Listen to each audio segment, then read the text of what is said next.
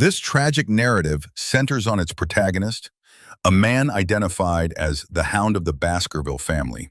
He faced a death sentence after being charged with associating with demonic forces. However, just as his life was about to be extinguished, Vikir swore he would return to claim his vengeance. In a turn of events that seemed like a divine intervention in his destiny, he opened his eyes to find he had journeyed back into his own past. The leader of the Baskerville house, Patriarch Hugo, was the father of numerous offspring. Out of all his descendants, though, only Vikir captured his interest. The young boy quickly understood that he had traveled back to a point when he was merely an infant. In his previous life, he had served as one of the family's hounds, a devoted guardian to his kin. The sole reason for a Baskerville hound's existence is to elevate the family's power, aiming to establish it as the most dominant in the empire. Ultimately, however, his life was cut short by Hugo's own hand. Vikir now possessed an opportunity to alter the course of history. A decree from Hugo saw that Vikir was moved to the Cradle of Swords, a unique environment. A brutal trial awaits every child born into the Baskerville lineage. They must make their way to the River Styx. This enchanted river bestows extraordinary abilities upon the children, but surviving its potent waters is a truly remarkable accomplishment. Vikir had failed to obtain the coveted power from the river in his past life. On this occasion, he was determined to harness the full potential of the Styx's might. For a whole 7 minutes, Vikir withstood the river's force, a feat far surpassing any who came before him. He went so far as to ingest a mouthful of the magical liquid. Hugo, who was observing the event, felt a sense of satisfaction for the very first time. His son demonstrated not just resilience, but also a voracious appetite for life and power. In the boy, the patriarch recognized the qualities of a true successor. Let's explore the protagonist's previous life in a bit more detail. He was Hugo's illegitimate offspring. By the time he was 8, his remarkable abilities had already earned him the label of a genius. He was undertaking assassination and spy missions at the age of 12, and by 30, he was battling monsters during the Age of Destruction. When he turned 40, the great war between demons and humans finally drew to a close. It was at this moment, however, that he was betrayed, branded a traitor, and rewarded for his years of loyalty with an execution. Things are entirely different now. Not only did Vikir endure the River Styx, but he also managed to absorb its energy. Yet danger confronted him almost immediately after. An unknown assailant had secreted 2 venomous snakes near his bed. He handled the threat with complete composure, showing no signs of fear. It appears the Baskerville family is willing to resort to any measure to eliminate heirs it deems superfluous. 8 years went by, during which Vikir pursued his studies at the estate alongside the other children of the clan. His brothers gave him constant trouble. He remembered them all too well from his past existence. They were Hugo's triplets, the very same ones who had betrayed him with a knife in the back. In another decade, they're fated to become his greatest adversaries. Vikir resolved to put them in their place much sooner this time around. The triplets were known for their violent tendencies. Their curiosity was piqued. They wanted to test the rumor that Vikir could actually hold his breath underwater for 7 minutes. The outcome was predictable, confirming the truth, but it came with a surprising twist. One of the brothers lost a finger in the process. Vikir understood that this was merely the start of things. One must see the game through to its conclusion. It didn't take long for the triplets to grasp that the tales about Vikir were all true. He was indeed the Baskerville family's own little monster. The protagonist laid down a chilling condition for them. Only one would be allowed to walk away unscathed. Those words served as a pivotal moment, altering the trajectory of their relationship. The triplets' bond started to fracture as each one scrambled to ensure their own survival. Soon, however, the young men of Baskerville Manor were scheduled for a practical examination. Meanwhile, news of the fight between the boys reached the patriarch. The triplets' injuries were quite severe, and though they were healed, their feud with Vikir was far from over. This is what led to the hero being summoned to the patriarch's office. Hugo wanted to ascertain if his son comprehended the nature of his transgression. He had, after all, beaten his brothers, who were a full year his senior. The triplets had suffered wounds that were not just physical, but emotional as well. Vikir's response was straightforward. He was the stronger one. Since he emerged victorious, how could it be considered a mistake? Furthermore, the triplets had already visited the patriarch and magnanimously offered their forgiveness to Vikir. The boy himself, however, felt not a shred of remorse. He held a firm belief that forgiveness is a luxury for the weak who are unable to seek revenge. These words left Hugo utterly astonished. He came to understand that his son had grasped the foundational principle of the Baskerville family. The patriarch instructed his butler to grant the child permission to select any single item from the family's private storeroom. An overjoyed vicar had a simple desire. He only wished to claim some chocolate.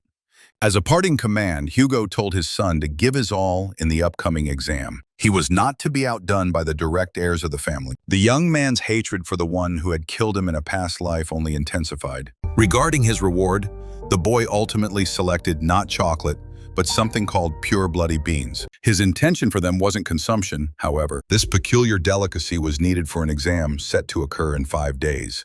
It's on that day that a terrible event is destined to unfold. A catastrophe the likes of which the Baskerville family has never experienced. In this world, the Baskerville family is also referred to as the Berserker family. Children in this clan undergo a grueling training regimen from their earliest years. They are forced to scale mountains almost as soon as they can walk. This torturous training period concludes upon their 8th birthday. Following this is the pivotal moment, a survival examination. On the designated day, all the young hounds convene near the Red and Black Mountains. They're given a straightforward objective: survive in this territory for an entire month. Their survival depends on their ability to hunt massive and powerful monsters. Venturing beyond the designated exam area is strongly discouraged, as the Red and Black Mountains are largely uncharted lands filled with unknown dangers. This was a prospect that only pleased Vikier. It had been a long while since he'd been in these parts, and he almost felt a sense of nostalgia for them. The moment the bell tolled to signal the start, the hounds dispersed in every direction. While killing fellow participants isn't forbidden, it does result in a deduction of points. Consequently, everyone attempts to proceed with caution. Maintaining order within the zone is a group of shadow dogs, warriors specially trained to minimize lethal confrontations. A member of the shadow dogs was assigned to tail Vicar. He couldn't help but wonder why the boy was making his way toward the forbidden zone. The protagonist located a comfortable spot and, rather than jumping straight into combat, chose to take a rest. He constructed a shelter and began to establish a camp for himself while the other young hounds were fighting for their very lives. The observing shadow dog was amazed. Could it be that this boy, already lauded as a genius, was simply going to hide out in the forest? He eventually concluded that continuing to follow the boy was pointless. Finally alone, Vikier let out a sigh of relief. The initial phase of his plan was now complete. It was time to begin the real hunt. After a few days, he had positioned himself deep within the restricted territory. Back when Vikier was a scout, he had navigated these lands with ease. A sharp burning scent hung in the air here. This was the sign that he was heading in the correct direction. A hellhound made its home here. This was a sentinel-class monster that fed on hellfire itself. Previously, an 18-year-old vicar had barely managed to defeat such a creature. Even now, the prospect of victory seemed like a distant dream. Nevertheless, he possessed a trusted strategy, and I'm sure you're wondering what this young boy had devised. The monster's most glaring vulnerability was its linear movement. This characteristic made it difficult for the beast to change its path suddenly. A second weakness was rather peculiar. Even a small quantity of water would startle it. The creature's final vulnerability, one it shared with all canine monsters, was its habit of running with its mouth wide open. Vicar exploited this final trait to its fullest potential. He successfully tossed the poison directly down the creature's throat. This wasn't just any poison, it was chocolate, and substance that all canines feared immensely. And for any monster, the bloody beans used to create this chocolate spelled certain doom. This was the method Vicar used to eliminate his first monster in the exam. Vikier didn't forget to absorb the creature's life force to enhance his own strength. He was just about to claim the hellhound's head as a trophy. At that moment, however, a whole pack of hounds from hell itself suddenly surrounded him. But then, something occurred that terrified even these monstrous beasts. This was the very thing our hero had been dreading. Before him stood Cerberus. This particular monster possessed an extremely high danger rating and resided on a different mountain ridge. Vicar, however, spotted wounds covering its body. It appeared that the barbarian tribes in the vicinity had attempted to slay this monster. This, Vicar understood, was his opportunity.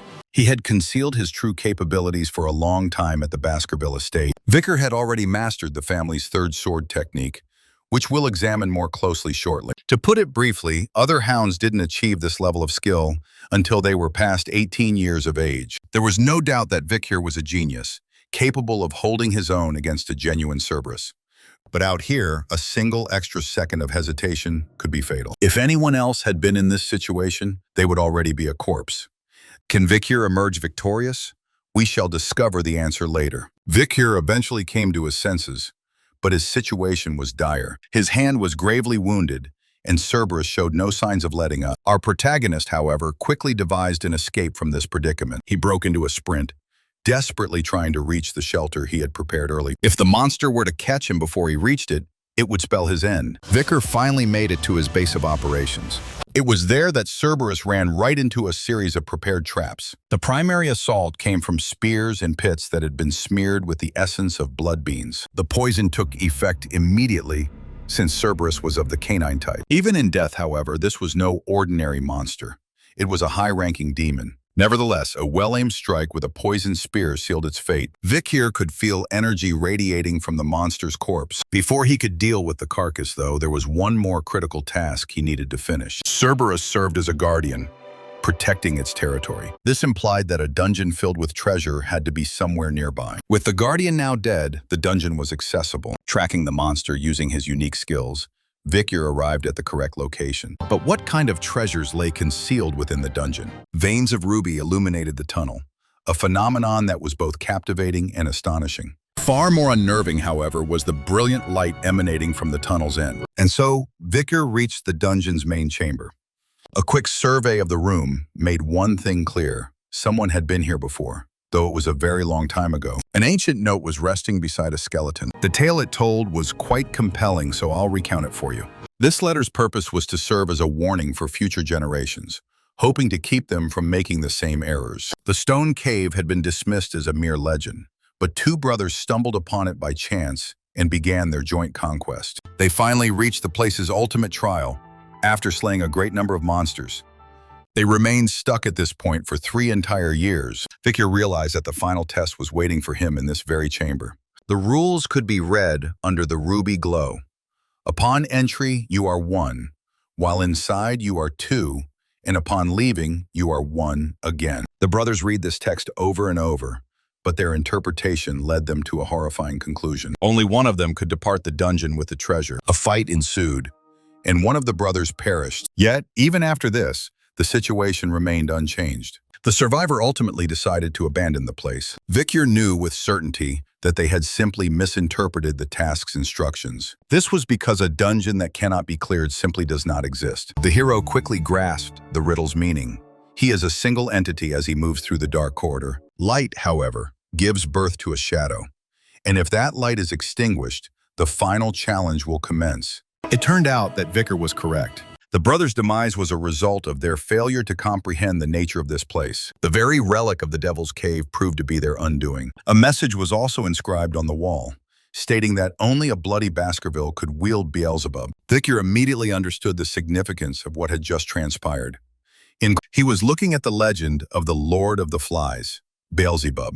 This is one of the devils known as the 7 Wows from ancient lore. To defeat these monsters, the heads of 7 great families joined forces, each one targeting a specific devil. The demon that the first Baskerville patriarch battled was none other than Beelzebub. And now, Vicar found himself standing before this ancient artifact. The remarkable sword altered its form and merged into the protagonist's body. The two of them had now become a single entity. The question of what power this demonic sword held, however, remained a mystery. A sudden ravenous hunger overtook Vicar. The sword was demanding a proper sacrifice. This urge led him back to the corpse of the hound he had slain earlier. He was surprised to find that the weapon possessed 3 slots for abilities. This appeared to be an intrinsic power of the sword. It made sense as the Lord of the Flies was known for absorbing the abilities of its foes. Vicar acquired 2 new skills by absorbing the power of Cerberus. He gained the Hellhound's bleeding effect and Cerberus's burning flames. With that done, he could finally take a well-deserved rest until the exam concluded. It was time for evaluations once all the young hounds had made their way back home. One of the slain monsters brought back caused a wave of general disbelief. Even the patriarch couldn't conceal his shock. He personally summoned Vicar to learn how he had succeeded in killing such a formidable beast. The explanation he received left both him and the butler utterly stunned. The main question, however, was why Vicar hadn't submitted a report on his exam. His reply was simple. He didn't view the butler as his superior. For Hugo, the patriarch, these words were like a soothing balm to his soul. He granted Vicar permission to make any wish he desired. The boy requested access to the library, which was one of the most extensive in the entire empire. Hugo's response was surprising.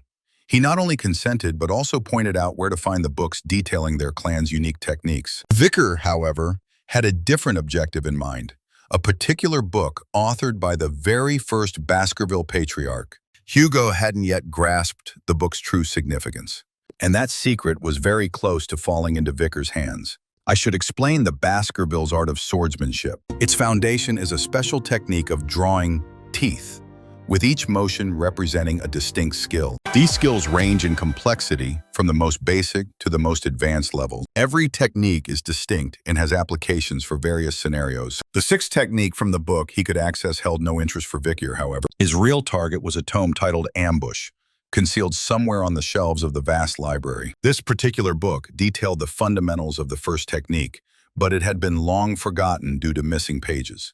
The Kier was aware that it was far more than a simple textbook. In his former life, he and his squad had discovered a torn page from this very book. It was then they realized its importance and located the book itself, the Ambush. It concealed the Baskerville family's greatest secret, a top-tier 10th technique, which was the discovery that drove the patriarch to obsession. It was because of this book that he dispatched his hounds to search for the missing pages among all 7 great families. Hugo had managed to reach the 9th technique in his past life, thanks to the efforts of his subordinates. But things are different this time. Vicar had personally gathered these pages, so he had committed every word to memory. He spent only half a day reading the book, yet he remembered and fully grasped its entire contents. Reaching the 10th technique, however, is still a distant goal. Vicar had achieved a new milestone. He had finally drawn the 5th tooth. The joy he felt was overwhelming, nearly moving him to tears. He was deeply pleased, having now reached a level that took him until the age of 30 to achieve in his previous life. An 8-year-old boy had now equaled the skill of the Baskerville masters, but he had no intention of stopping there. In this lifetime, he is determined to master the 10th technique. It wouldn't be wise, however, to reveal his true power to Hugo just yet. All that's necessary is to pique the patriarch's curiosity. That very evening, Vicar approached his father and described his impressions of the 6th technique. He subtly implied that he might have felt the presence of mana. This suggested that he was capable of mastering at least the family's first technique.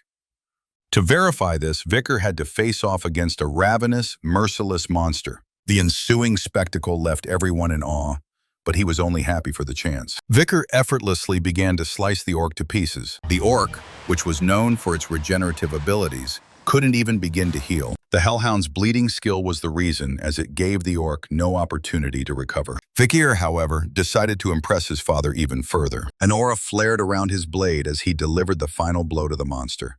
The expression on the patriarch's face at that moment made it all worthwhile. Yet Vicar didn't stop there.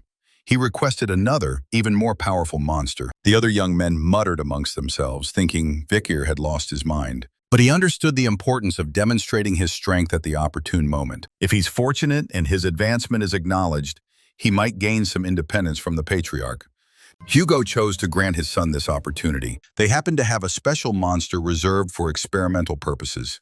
It was a genuine troll from the Red and Black Mountains, a creature with a dangerous B-rank classification. Vicar charged into the attack immediately, but soon realized that simple strikes wouldn't suffice against this monster's regeneration. A well-defined strategy was essential. He managed to inflict a deep wound by employing the first technique. Hugo gave the order to halt, but Vicar shouted that he was on the cusp of a breakthrough. Everything was proceeding according to his design. He was deciding just how much power he would reveal. Never before in the history of the Baskerville clan had someone attained the 2nd technique at such a young age. The patriarch was utterly astounded. The pace of change in Vicar's life began to accelerate even more. Even the triplets started trying to get closer to him. A serious discussion with Hugo, however, loomed on the horizon. Shortly before their meeting, important visitors had arrived at Baskerville Manor, members of the Morg clan. Adolf, a representative of the Wizard clan, had come to see Hugo, the master of the sword. The dynamic between their two families had always been strained. The emperor himself once remarked that magic and the sword are merely two faces of the same coin. This led to the establishment of joint training exercises to foster stronger ties among the empire's families. On this occasion, however, a significant issue had come up concerning the ruby mines located on the border between the two clans. The conversation between the two leaders surprisingly started with a discussion about their children. Adolf had heard tales of the young genius from the Baskerville family. The Morg clan, however, also had a prodigy to boast about. His niece, Camus, then entered the room. The girl's greeting was immediately confrontational as she accused Hugo of seizing their mine. She continued her tirade, leveling one accusation after another without pause. The patriarch was visibly struggling to maintain his composure. At that moment, Vickers' voice cut through the tension. He immediately pointed out the envy evident in the Morg family. Camus, naturally, could not let this remark pass. A flood of memories washed over the boy. He recalled her from his past life. In that timeline, Camus, the genius of the Morg clan, had single-handedly wiped out all the monsters in the Red and Black Mountains. Her stunning beauty had also captivated everyone who saw her. That, however, was something that would only happen far in the future. For now, he was only facing a stubborn little girl. The young man provoked her further with his suggestions regarding the ruby mines. In an attempt to illustrate her point, Camus conjured an ice sculpture that depicted the territories of the two clans. The other children were completely engrossed by this animated debate. In the midst of it all, a dagger somehow found its way into Vikir's hands. The young man was just about to graze Camus' hand with the dagger's tip when Adolf materialized in front of him in a flash. It turned out, however, that the weapon was merely a soft toy, a harmless prank. This event sparked an idea in Hugo's mind about how to resolve the ruby mine problem. In the meantime, the joint training sessions got underway. Children between the ages of 8 and 15 were participating. All attention, however, was riveted on a single match, a duel between the prodigies of the two families. Camus had no intention of holding back and immediately started to channel a formidable spell. Vikir, however, was not about to be bested by some girl. He effortlessly shattered the wall that Camus had conjured. He then gave her a gentle poke on the forehead with his finger. The brilliant sorceress stumbled and fell, but the fight was not yet over. Vickers scaled the stone wall once more and delivered a second tap. It seemed he had the upper hand again. The hero then decided to alter the dynamics of the fight a little. Vicker dove straight into the crossfire of another dueling pair. Without a moment's hesitation, Camus charged in after him. The entire arena was quickly shrouded in a thick cloud of smoke. Camus managed to escape harm due to her protective enchantments, but the fire had ruthlessly shredded her clothing. She would become a public spectacle once the smoke dissipated.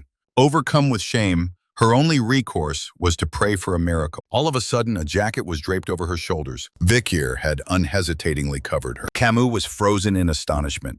Why would this fool decide to help her? As the smoke gradually thinned, both family heads finally relaxed. The spectators were unable to look away from Vikir, amazed by his physique and endurance.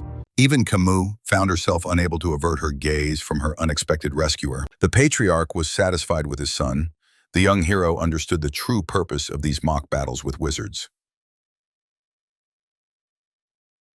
Moreover, Hugo was clearly concerned for Vikir, even if he didn't let it show. A farewell meeting with the Morg clan was scheduled next. Adolf put forth an unexpected proposition. He offered the Baskerville family a business deal. The payment for the ruby mines would be in the form of a betrothal. He desired for his niece to marry the eldest son of the swordsman family. A slight complication arose at this point. Hugo's eldest heir was already 25, creating a significant age gap with Camus. Camus declared firmly that she would never marry anyone who was weaker than her mother. This was her non-negotiable condition. She also expressed her wish to be with someone closer to her own age. At that moment, her eyes were fixed squarely on Vikir. The Baskerville patriarch noted that the couple's intentions were the most important part of an engagement, and then asked his son for his thoughts. In a move that shocked everyone, Vikir consented to the proposal. While it appears our hero's journey is only just getting started, Camus was left dumbfounded by Vikir's words. Adolf, with a curious expression, assessed the potential groom for his niece. His calm demeanor was deceptive. He was not merely a wizard. He's a master of the Sixth Circle, ranking among the most powerful members of his clan. Adolf, however, decided he needed to speak with Vikir privately. He wanted to personally determine if the boy was a worthy future husband for Camus. The terms of the test were straightforward. A pot of water was balanced on the wizard's head. If Vikir could cause even a single drop to spill, he would be declared the victor. The protagonist understood that his true objective wasn't to prove himself to Adolf. It was to meet Hugo's expectations. Vikir launched his attack in an instant. Adolf, however, proved to be anything but a simple adversary. A potent magical barrier enveloped him. Yet none of these defensive measures intimidated Vikir. He had a clear objective and no intention of backing down. The protagonist brought his sword down on the shield with all his might. His weapon couldn't take the strain and broke into fragments. Adolf simply shook his head, remarking that while the boy was gifted, he was too weak to protect Camus. Those words, however, were no longer relevant. Water was now streaming down the wizard's face. Vikir declared smugly that the objective had been met. Camus made no effort to hide her feelings. Her expression said more than words ever could. Could the patriarch of Baskerville truly be raising a hound that is stronger than anyone ever conceived? I trust you remember our hero well. A full 7 years had gone by.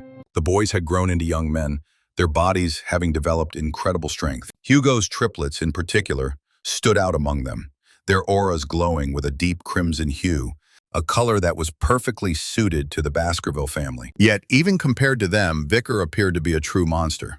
He had already finished his education at the Baskerville estate, and a decision regarding his future had been made. Vikir hadn't laid eyes on the patriarch in a long time. He had aged considerably, and his face was now covered with new scars. Hugo had personally confronted the legendary archer from a barbarian tribe, the very one who had scarred his face, but whom he had never managed to capture. Vikir's only concern, however, was his own destiny. He was once dispatched to the Order of the Pit Bulls, where he spent 21 months in the Red and Black Mountains, fighting for survival. At the age of 15, the Baskerville children are sorted into two groups, the elite and the expendable. A son from a lesser branch of the family would never have been selected for the elite. Hugo would never have permitted it. But then, a miracle occurred. The patriarch chose to assign Vikir to the lower house of parliament. His accomplishments had eclipsed all others, and he was now set to become the deputy consul in the city of Underdog. Vikir accepted the post but brought up an important matter. He was now claiming his reward for besting Adolf Morg 7 years prior. There was a single, highly valuable item that he required. What could it be? We're about to find out. Hugo was quite pleased with his son. He had faith in his potential and was mapping out a grand future for him. The butler, however, shared another crucial piece of information with Vikir. Hugo genuinely did hold his son in high regard. But all of this is merely a prelude to his true goal. The young man will finally have his chance at revenge. Underdog is a large, vibrant city that falls under the rule of the Baskerville clan. Upon his arrival, Vikir decided to mark the occasion with a massive celebration. The party was in full swing, and its extravagance was simply staggering. The city's general secretary, a man named Chihuahua Baskerville, was far from pleased, however. He assumed they had just sent him another incompetent official. Moreover, every one of his predecessors had been caught taking bribes and had fled in disgrace, so his disposition was understandably sour. Chihuahua was on the verge of boiling over with rage when Vikir suddenly materialized right behind him. He calmly introduced himself and, with a slight smile, pointed out that Chihuahua lacked a middle name. Within the Baskerville family, this omission signified only one thing. He wasn't from the main family line. Chihuahua had been treated as an outcast his entire life because of this. This fact, however, only seemed to entertain Vikir. He was already aware that Chihuahua was a native of the city and knew it intimately. Besides, the hero had no plans to interfere with his work. Vikir had already pinpointed the source of Underdog's issues: illicit businesses. He concluded that if he could eliminate all the bosses of the criminal underworld, the city would be revitalized. While Vikir respected the existing laws of Underdog, he decided to introduce a new one. Chihuahua was floored. He certainly hadn't anticipated such a move from the young consul. This was the beginning of their peculiar yet effective collaboration. The following day, Vikir assembled all the city's residents. His objective was straightforward: to dismantle the underground economy as swiftly as possible. The people eyed him with suspicion. What could this young consul possibly accomplish? It was then that Vicar did something entirely unforeseen. He planted a stick in the ground and made a declaration. The person who can pull this out will be awarded 1 million gold pieces. A stunned silence fell over the townspeople. Not a single person even dared to make an attempt. Vicar then increased the reward to 100 million gold. The crowd began to jeer, shouting that it must be some kind of cruel joke. Even this didn't break the stalemate. No one stepped forward. He then raised the prize to 1 billion gold pieces, an amount only the highest echelons of the Baskerville family could possess. The crowd was utterly frozen, and even Chihuahua appeared worried. Then, suddenly, a small girl stepped out from the crowd. She was trembling, terrified that she might be killed for such boldness. Vicar, however, calmly invited her to give it a try. To the absolute astonishment of everyone present, she pulled the stick right out of the ground. Smiling, Vicar knelt down and presented her with a bag that contained 100 million gold. He assured her that the remainder would be delivered to her home under guard. He declared with conviction, "The laws must be followed." The city erupted with a mixture of shock and elation. The people now understood that following the law was advantageous, while breaking it was perilous. The rate of lawlessness in Underdog dropped dramatically. Chihuahua, who had long ago given up hope for the city, was completely taken aback. In 20 years, nothing had stirred his soul so profoundly. The young consul had contemplated this plan for a long time before arriving at a simple solution. Deeply affected, Chihuahua pledged his loyalty to the young Baskerville. This, however, was only the first step. The next challenge was to somehow recover the vast sum of money for the city's treasury. Vicar's plan was to target illegal organizations and squeeze them for their ill-gotten gains. His intuition, when it came to criminals, was flawless, and an intriguing opportunity was on the horizon. A youthful, self-governing group, composed of descendants from 7 local Baskerville families, had abruptly summoned Vicar to a meeting. For our hero, however, this presented the ideal chance to eradicate the parasites that were draining the city's vitality. The Burning Suspension Club was situated in the most opulent hotel in Underdog. In the most secluded corner of the hotel was a room where 6 hours of leisure cost a small fortune. 7 members of the Youth Association, all local bigwigs, were currently relaxing there. They operated with a sense of invincibility, protected by their influential family names. They viewed the Baskerville hounds as nothing more than brutish fools who could only see the sword in front of them. After a particular incident in Dunero, they were convinced the clan hadn't understood a thing and had simply accepted the situation. Dunero, a family that had been among the most loyal to the Baskervilles, was wiped out to the last member on the patriarch's orders. We will circle back to that story at a later time. The wealthy youths, in the meantime, decided to stage an event to draw the new consul, Vicar, to their club.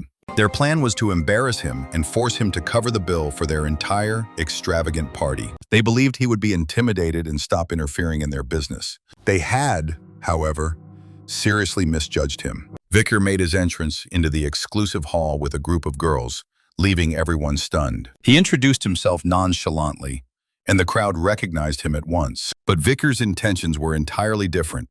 "We are welcome. We also needed Damen Datus, Insighten in Sexa Minor, most Amiral of Germal Jazopen, the station in the first data place sign, second deers, FSO detail."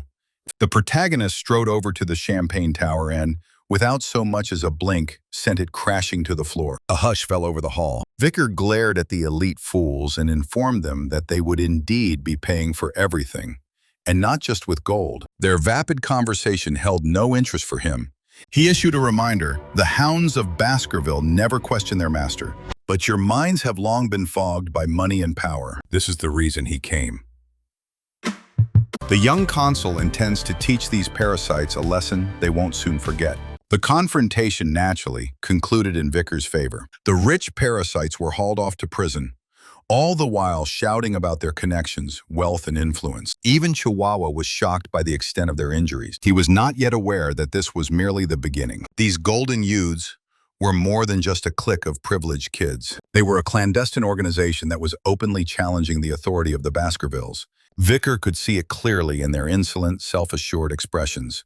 But an execution was scheduled for as soon as the sun dipped below the horizon. The moment they grasped that this was no joke, all their bravado evaporated. They started pleading for their lives, offering to surrender everything they possessed. It is, however, forbidden to carry out an execution without evidence. And Vicar had his own ways of ensuring that such evidence would surface. A prison guard arrived at the cell carrying a specific item. Following Vicar's orders, he had brought interrogation tools. The hero was preparing to transform these rats into fountains of truth, regardless of how much they begged. News about the 7 wealthy men spread through the city like a contagion. People speculated that it was just a typical power struggle between the old and new elite. The criminals' families even dispatched a formal apology to the consul. The city's inhabitants were certain that the rich boys would soon be set free, and Vicar would be reduced to a mere figurehead. No one, however, could have predicted the actual outcome. 7 severed heads were put on display in the main city square. The city was frozen in shock, while Vicar felt a sense of satisfaction. Justice had been served. This, however, represented only the initial step. The subsequent stage involves the annihilation of criminal organizations. And to reach the top bosses, the city is about to endure a bloodbath. Chihuahua pledged his assistance. Vicar's new plan, something even more audacious, needed to be executed. The plan was to sell the protagonist himself as a slave. On the edge of Underdog, near a massive circus tent, a line of opulent carriages had already formed. A clandestine slave auction was scheduled to take place here this evening, and it goes without saying that no one in the Baskerville family had any inkling of this. Merchandise included abducted barbarians, nobles, and ordinary citizens. This was Vicar's destination, with Chihuahua perfectly playing his part, disguised as a merchant. His special item for sale was quite a sight, with long black hair and fiery red eyes, a truly exotic and rare find. The auction commenced, and its sheer scale was remarkable. The auctioneer ceremoniously started the bidding by revealing the first item, an A-rank monster. This particular creature possessed 19 hearts and was valued at 250 million gold. Following that, they presented a barbarian from the Balak tribe, a wild, rebellious slave, perfect for taming. The audience, however, showed their displeasure. They were clearly unimpressed with the offering. The barbarian girl fought back and screamed, but she was swiftly subdued and hauled away. An auction of this caliber demanded only the most worthy items. The subsequent item for sale was Vicar. The auctioneer enthusiastically billed him as the main attraction of the evening, and he wasn't wrong. The bids climbed rapidly, eventually hitting 6 billion gold. The winning bidder was revealed to be a powerful baron. He was the underworld's new kingpin, a man whose fortune had recently exploded. This acquisition, however, was not meant for the baron's long-term collection. His strategy involved reselling the boy at the capital's auction block, anticipating an even greater financial return. As Vicar was presented before his new owner, a grin spread across the baron's face as he promised that a great deal of amusement was in store. The young hero, however, had already begun to execute his own strategy. He shattered his restraints in a single, fluid motion. A solitary, devastating blow reduced the baron to a lifeless and bloody heap on the floor. Tearing off his disguise, Vicar raised his chin and offered a defiant greeting to the assembled guests of the auction. He made it abundantly clear that not a single one of them would be leaving this place alive. Surprisingly, Vicar's declaration did not seem to frighten anyone. The auctioneer quickly regained his composure and commanded the security forces to move in. Their perception was of an unarmed young politician, one who was, moreover, cast in the role of a slave. In reality, none of that mattered. Beelzebub materialized in Vicar's grasp as if answering an unspoken call, and the conflict erupted with fresh intensity. His strikes landed with such speed and force that his adversaries had no time to even comprehend their situation. A brilliant crimson aura flared to life around the hero, as though death itself had made an appearance in the arena. It became obvious to all that they were confronting not just a simple fighter, but a true master of the sword. While Vicar was busy eliminating his foes, Chihuahua's cover was blown. The auctioneer seized him, holding a dagger menacingly against his throat. For a moment, it seemed as though the entire plan had unraveled. Chihuahua yelled for Vicar to press on, but the young man simply smiled. He had no intention of abandoning his companion, as every contingency had already been accounted for. The young consul produced a whistle and blew a sharp, piercing note. An ear-splitting shriek tore through the air, forcing everyone to clap their hands over their ears. Yet, nothing else seemed to happen. The auctioneer let out a triumphant laugh. believing he now had complete command of the circumstances. Suddenly, a sword blade erupted from his throat. A full legion of grim, battle-tested warriors stormed into the chamber. Their very presence erased any doubt. These were the pit bulls of the Baskerville family. They were the Empire's most feared nocturnal order, infamous for their brutal purges and merciless efficiency. The expression on Vickers' face confirmed that events were unfolding precisely as he had designed. The assistant to the Baron, who had purchased Vicker, understood the situation instantly. Her face went pale with the knowledge that if the pit bulls had arrived, no one was getting out of this place alive. Vicker, however, abruptly ordered that she be kept alive. As for everyone else, he commanded them to be torn to shreds. The events that followed are best left to the imagination. The auction hall transformed into a true charnel house, filled with screams, blood, and the finality of death. The commander of the Pit Bull Order, who was also his uncle, approached Vicker. He clapped his nephew on the shoulder, affirming that if he ever needed assistance, a simple whistle would suffice. He went so far as to invite the boy to become a member of the order. Dakir, however, had more pressing matters to attend to. He proceeded to the warehouse where all the slaves and monsters were being held captive. It was there that he located her, the same barbarian woman who had resisted so fiercely at the start of the auction. And the poor woman was clinging to life by a thread. It was evident she had endured torture and mistreatment, which had sapped nearly all of her previous vitality. She was, however, more fortunate than the others, for Vicker had found her. He administered a healing potion to her without a second thought, and a near miraculous recovery took place. The woman abruptly regained consciousness. The protagonist had a rudimentary grasp of the barbarian tongue, so he quickly urged her to flee. The girl yelled something unintelligible, but complied, disappearing into the shadows. Vicker's thoughts had already moved on. It was time to claim the evening's grand prize. His objective was unambiguous: the carcass of the monster with 19 hearts. Beelzebub seemed to hum in the hero's hand, as if it could sense the impending meal. It appeared the sword was famished and craved a substantial sacrifice. It didn't take long for the stories to circulate. The city was alive with gossip. All that was left of the exclusive club that had served as a haven for underdogs' parasites were charred ruins. The proprietors of the establishment were found dead and put on public exhibition. This served as a grim notice to any who might think they could evade the new regime. The situation became so intense that the heads of the 7 most powerful clans came to literally plead for forgiveness. Bakir, however, had no intention of offering them clemency. He possessed proof of their descendants' crimes, and by the laws of the Baskerville family, this had only one meaning: 3 generations of these traitors would not live to see another sunrise. In spite of all this bloody upheaval, the city actually started to thrive. The crime rate plummeted, and the young consul's renown only continued to expand. Chihuahua had undergone a transformation as well, now serving as a devoted ally to Vicker. The Secretary General held the unwavering conviction that Underdog could only prosper under such a leader. But Vicker's work was not yet complete. He had another crucial meeting scheduled with the woman known as Cindy. It was the blonde whose life he had intentionally spared. Naturally, he had kept her alive for a specific reason. The young consul was aware that Baron Gambino's rapid ascent was largely due to this young woman's influence. His investigation had validated his theories. Cindy possessed a rare talent for generating wealth, even in the most dire of circumstances. Vicker presented her with an ultimatum: provide answers to all his questions and earn her freedom. The alternative, well, there were not many other possibilities, a fact the girl understood perfectly. He had one primary interest: her assessment of him as a political figure. Cindy gave an honest reply, stating that he was managing quite effectively. Vicker, however, was seeking the unvarnished truth that lay beneath her polite response. Fear gripped Cindy the moment their gazes locked. Vicker's stare was cold as he demanded to know precisely what he was doing incorrectly. The girl knew that stalling was futile. She had to be direct. She elaborated that, while good works were admirable, laws targeting crime were insufficient on their own.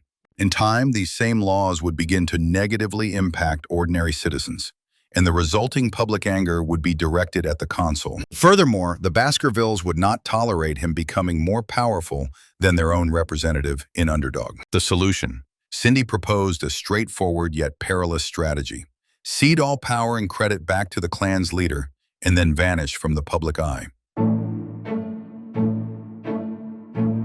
She suggested enrolling in the Imperial Academy, a distant and inconspicuous destination. Then, when the moment was right, the Baskerville chief would serve as a convenient fall guy. The suggestion was akin to a dog turning on its own master. The girl was adamant that this was the only way for the hound to escape the patriarch's ire. Vicar gave her his full attention as she spoke. He found her reasoning sound, as it aligned with his own conclusions. He was a man who always honored his commitments, so Cindy was now free to go. He had one final question for her before she left. What information did she have on the Dunaro clan? This merchant family was once well known, before a tragic event erased them from existence. The youngest son of the Dunaro family had decided to flaunt his sword skills. The Baskervilles were shocked to see the boy demonstrating their clan's secret techniques. News of this reached the patriarch, who then unleashed his hunting dogs. The Dunaro clan was permanently eradicated, but they were not the true culprits. 7 young parasites from prominent clans had stolen the technique and coached the hapless boy in order to frame his family. Cindy could not fathom why Vicar was recounting this old tale. The explanation was simple. On the night of that bloody purge, one small girl managed to survive. Her beauty spared her life, but this led to an even more terrible fate as she endured unspeakable torture. The new consul had brought this story into the light and ensured the 7 parasites received their due punishment.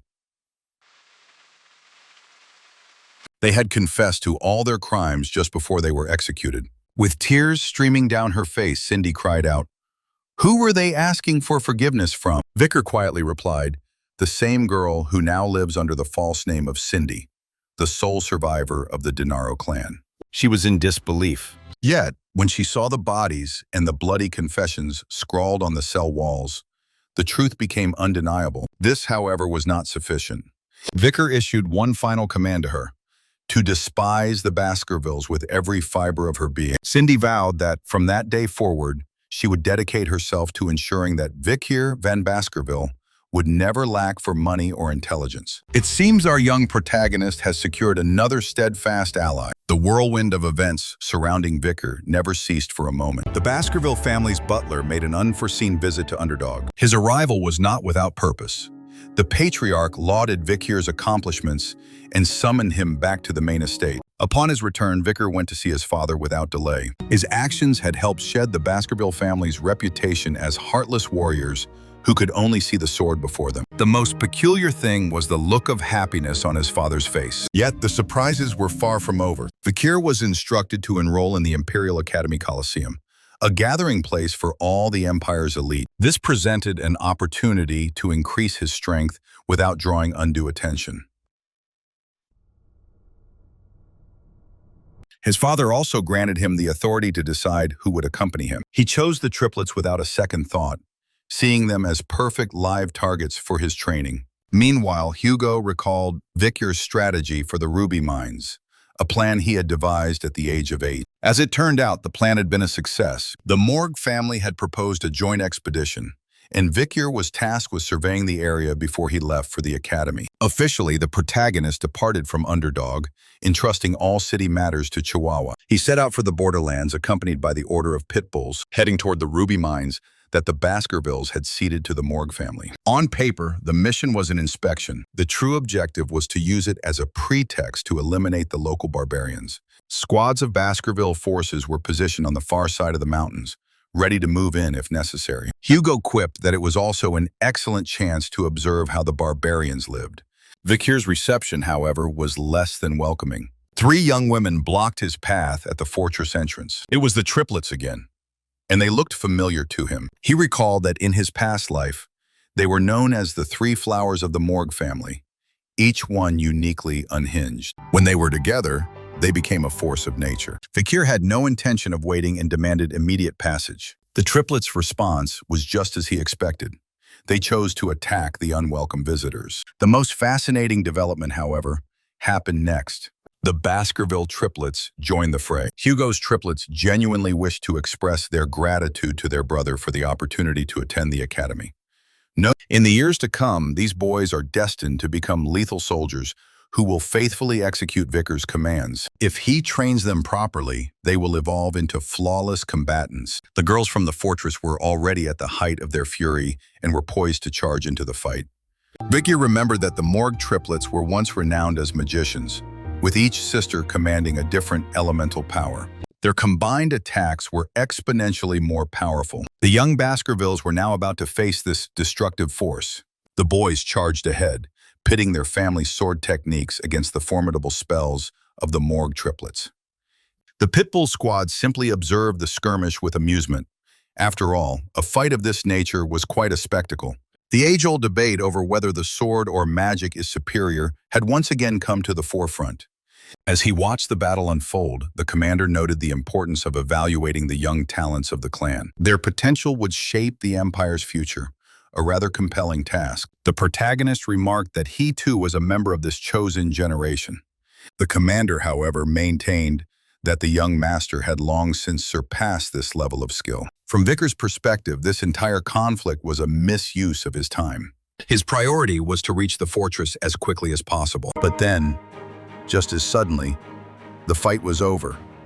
A fiery blast sent all the triplets sprawling. Standing on the fortress walls was a sorceress of breathtaking beauty, who seemed oblivious to the chaos below. Camus. She recognized Vicker instantly and made her way toward him. 7 years had passed since their last encounter, and she had grown even more beautiful. Vicker, however, paid this no mind, stating only that he needed to get inside. Camus was taken aback. Was that truly all he had to say to her after so many years? Vicker was confused by her strong reaction. He didn't feel that he owed her any particular greeting. With tears welling in her eyes, Camus declared that such a cold attitude was inappropriate for her future husband. Everyone was frozen in place. Absolutely everyone. And Vicker himself was the most shocked of all. Following an intense, emotional discussion, Vicker and Camus decided to take a walk. Camus questioned why he had brought 3 young fools with him, whom she called future hounds. Vicker countered that the main contingent of his forces was waiting beyond the mountain range, a fact she was well aware of. The girl persisted with her odd line of questioning. Now she was suddenly curious about which barbarian tribes were the most hostile. Bakir gave a prompt reply, the Balax and the Rococo. Camus simply laughed and awarded him an 8 out of 100 for his intelligence. She then commented that she didn't care for smart men at all, finding a man much more appealing when he's a bit foolish. She continued her assessment, giving him a score of 99 for his flawless face. Vicker just rolled his eyes and asked her to end this pointless charade. But Camus was unyielding, stating that as his future wife, it was her duty to be demanding. It was at this point that Vicker realized his grave error. He had completely forgotten about their engagement. The entire situation stemmed from that incident 7 years ago when they were just children. He requested that Camus simply let it go and act as if nothing had happened. The girl became furious, retorted that one can't just turn back time, and threw a piece of cloth at him. Vicker recognized it immediately. It was his jacket. Camus turned bright red but was unable to say anything more as their walk was cut short. A search party had just captured a barbarian scout. The young man recognized him at once as a member of the Rococo tribe of magicians. The barbarian remained silent, and no magical interrogation could loosen his tongue. This was a situation Camus could not tolerate. Just a few days earlier, barbarians had raided the fortress and abducted Rose, a daughter of the Morg family. No one among them could understand the barbarians' language. Vicker, however, addressed a creature directly, and it replied with aggression, yet also with a hint of sinister satisfaction. Vicker calmly relayed the message, Rose is dead. An uncontrollable rage consumed Camus. She delivered the sentence without a moment's hesitation, and the barbarian died instantly. It was then that the girl's composure finally shattered. Despite her power, she was still just a child who lacked the experience to cope with such intense grief. And then she finally processed the barbarian's words. She whispered to Vicker, asking if she had understood correctly, that these monsters had consumed poor Rose. This realization only worsened Camus' state. Vicker made no attempt to comfort her. He felt he had no right to do so. Camus' power was truly formidable. She declared with firm resolve that she would have her revenge on the barbarians, and Vicker had no doubt she would. This was the response of a true hero. Once again, however, their moment of connection was rudely interrupted. A loud bell sounded from the fortress, signaling that the enemy was attacking. Barbarians were already swarming the walls, their arrows darkening the sky. The mountain folk were not only fierce warriors, but also expert archers. Vicar had a feeling that he might have arrived on the scene a bit prematurely. He had no time to ponder this as two barbarians suddenly ensnared him with ropes around his neck. They spoke in an unfamiliar tongue, but their intent was perfectly clear without translation. They had successfully hunted a man. Vicar, however, had no intention of becoming their quarry. He freed himself from the two women with a simple, effortless movement. The protagonist recalled Hugo's command not to join the fight until the main forces had arrived. But was there any point in waiting at all? Lost in thought, Vicar mechanically parried arrows until he heard Camo's voice from behind him. She couldn't understand his hesitation to kill them. The daughter of the Morgue family desired the death of every last one of these barbaric savages. At the same time, she was impressed by the level of mastery the Baskerville heir had attained. But if Vicar was bound by the patriarch's orders, then she would have to take matters into her own hands. Her desire for vengeance for her cousin was simply too powerful to ignore. Suddenly, a slender needle struck her in the neck. The barbarians were employing a paralytic poison. The situation was quickly becoming perilous. The young man knew he had to act with caution, and perhaps even consider a tactical withdrawal. Camus yelled that she couldn't stop, that her quest for revenge was paramount. Vicar urged her to think logically, but just then, something streaked past his head with immense force.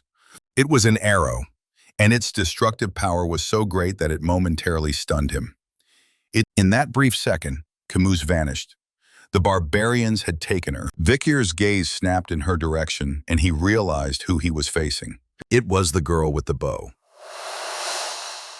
She was the same one he had set free at the slave auction. Vicar was utterly dumbfounded. Was betrayal truly the reward for his act of salvation? She stated curtly that the Morgue family was of no concern to him. If he wished to retrieve the beautiful girl, he would need to come after them.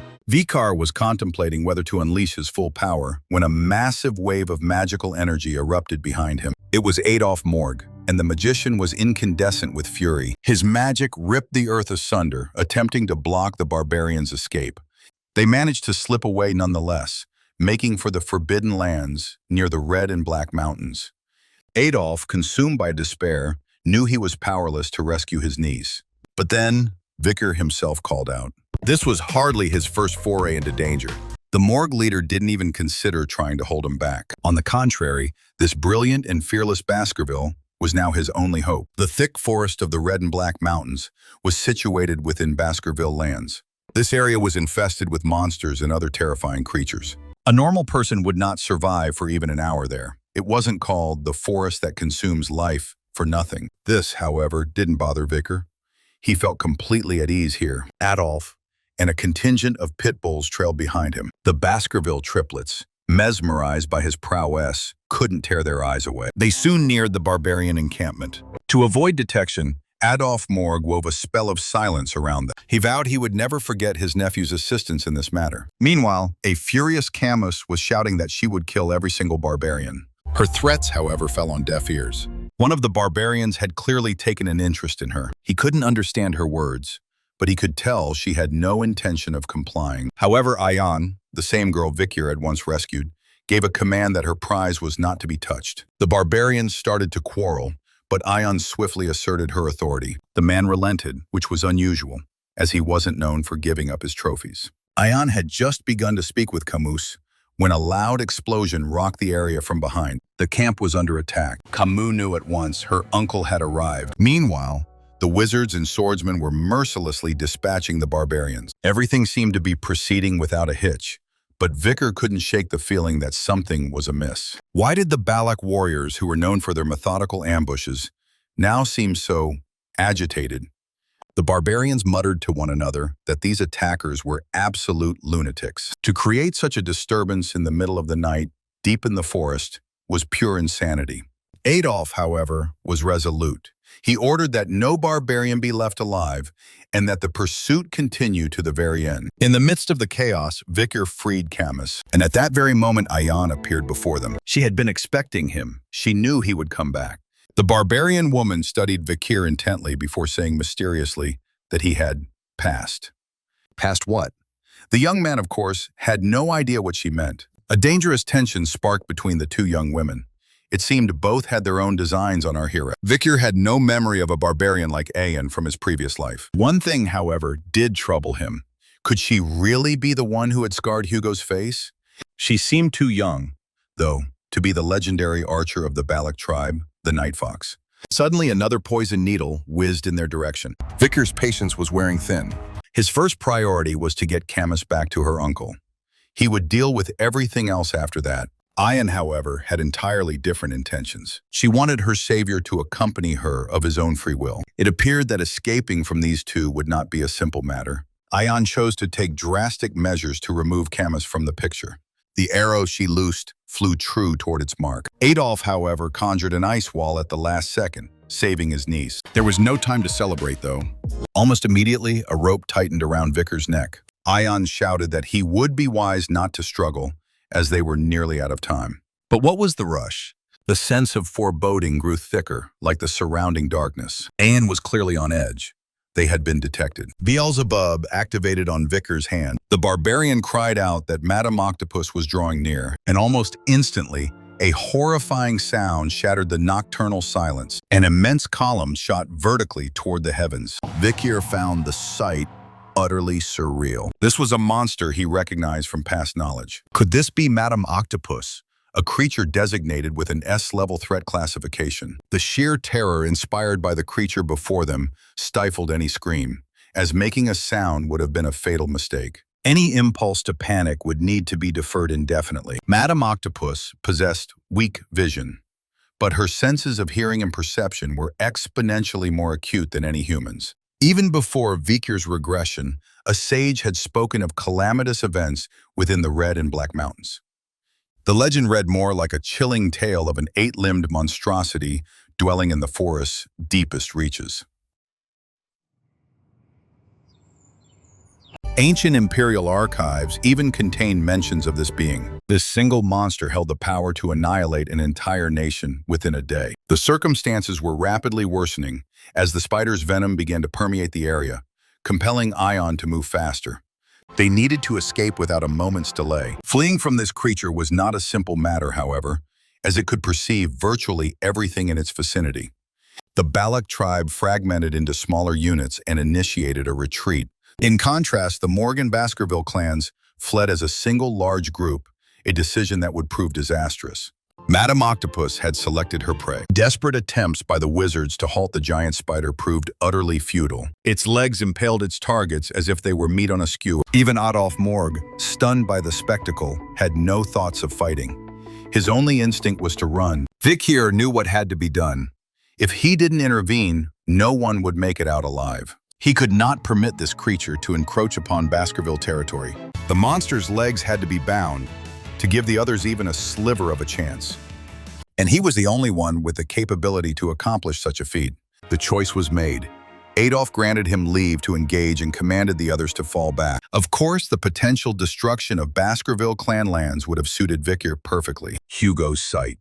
It would buy him the time he needed to cultivate the power he held within his memories. Then, once he was powerful enough to erase his own trail, he would make his return. For now, though, failing to give his all would mean certain death. Vikir commanded an incredible amount of raw power. Yet, his most significant asset was his indomitable spirit. That spirit alone enabled him to stand against the horror that now towered over them. His subsequent strike. It is difficult to articulate its nature. It was a wave of pure, annihilating energy that consumed everything in its path. The entire forest was bathed in a crimson radiance, and Camus, she could barely manage to let a single tear fall. Was this how it all ended? No, the end had not yet come. Vikir awoke in a place he did not recognize at all. He was certain of one thing: he had somehow survived the encounter with Madame. Had the spider not frozen in place at the critical juncture, his life would have surely been forfeit. Even so, the direct confrontation with the monster had left him with severe injuries. If things continued on their current path, however, one could argue that his plan was succeeding. Crucially, he had managed to escape the ever-watchful eye of Hugo. Furthermore, destiny had delivered him to the village of the Balak tribe. One question lingered, though. Why was he still alive? The answer to that question presented itself shortly. The same man who had been firing poison darts earlier approached Vicar. A smug smile on his face, he suggested that the hero should feel fortunate just to be breathing. He explained that if it weren't for his status as the commander's dog, he would have been boiled in a pot long ago. Vicar stared at him, his heart tightening with a surge of anger. The reference to being a dog brought back memories of the patriarch himself. The boy's gaze filled with a dark rage, his body coiling with the urge to kill. Before he could act, however, a sharp blow sent him staggering. The barbarian sneered that he should go find his master, who would be at the other end of the rope tied to him. Vicar clenched his jaw, committing the boy's face to memory. He would have his revenge. He located the rope's owner soon after. A beautiful barbarian archer was sitting in a small lake, calmly submerged in its waters. Her curt command to get down caught him off guard. The reason for her order quickly became apparent as an arrow zipped past his head. The barbarian children were practicing their archery and had nearly killed the main character. Ayan didn't seem surprised in the least. She simply expressed her thanks to Vicar for rescuing her at the slave auction. Barbarian customs dictated that a favor must be repaid twofold, so she had now saved him twice. If she hadn't come back for him after his battle with Madame, the outcome could have been very different. Vicar remained confused. Why had his life been spared at all? Ayan was fully conscious of his elevated social standing. To be frank, she was intrigued by the potential price his return might fetch. She had absolutely no intention of returning him to civilized society, however. From this point on, Vicar was her property, and he was to address her as mistress. Before he could process that, however, there was another matter to attend to: greeting the chieftain of this tribe.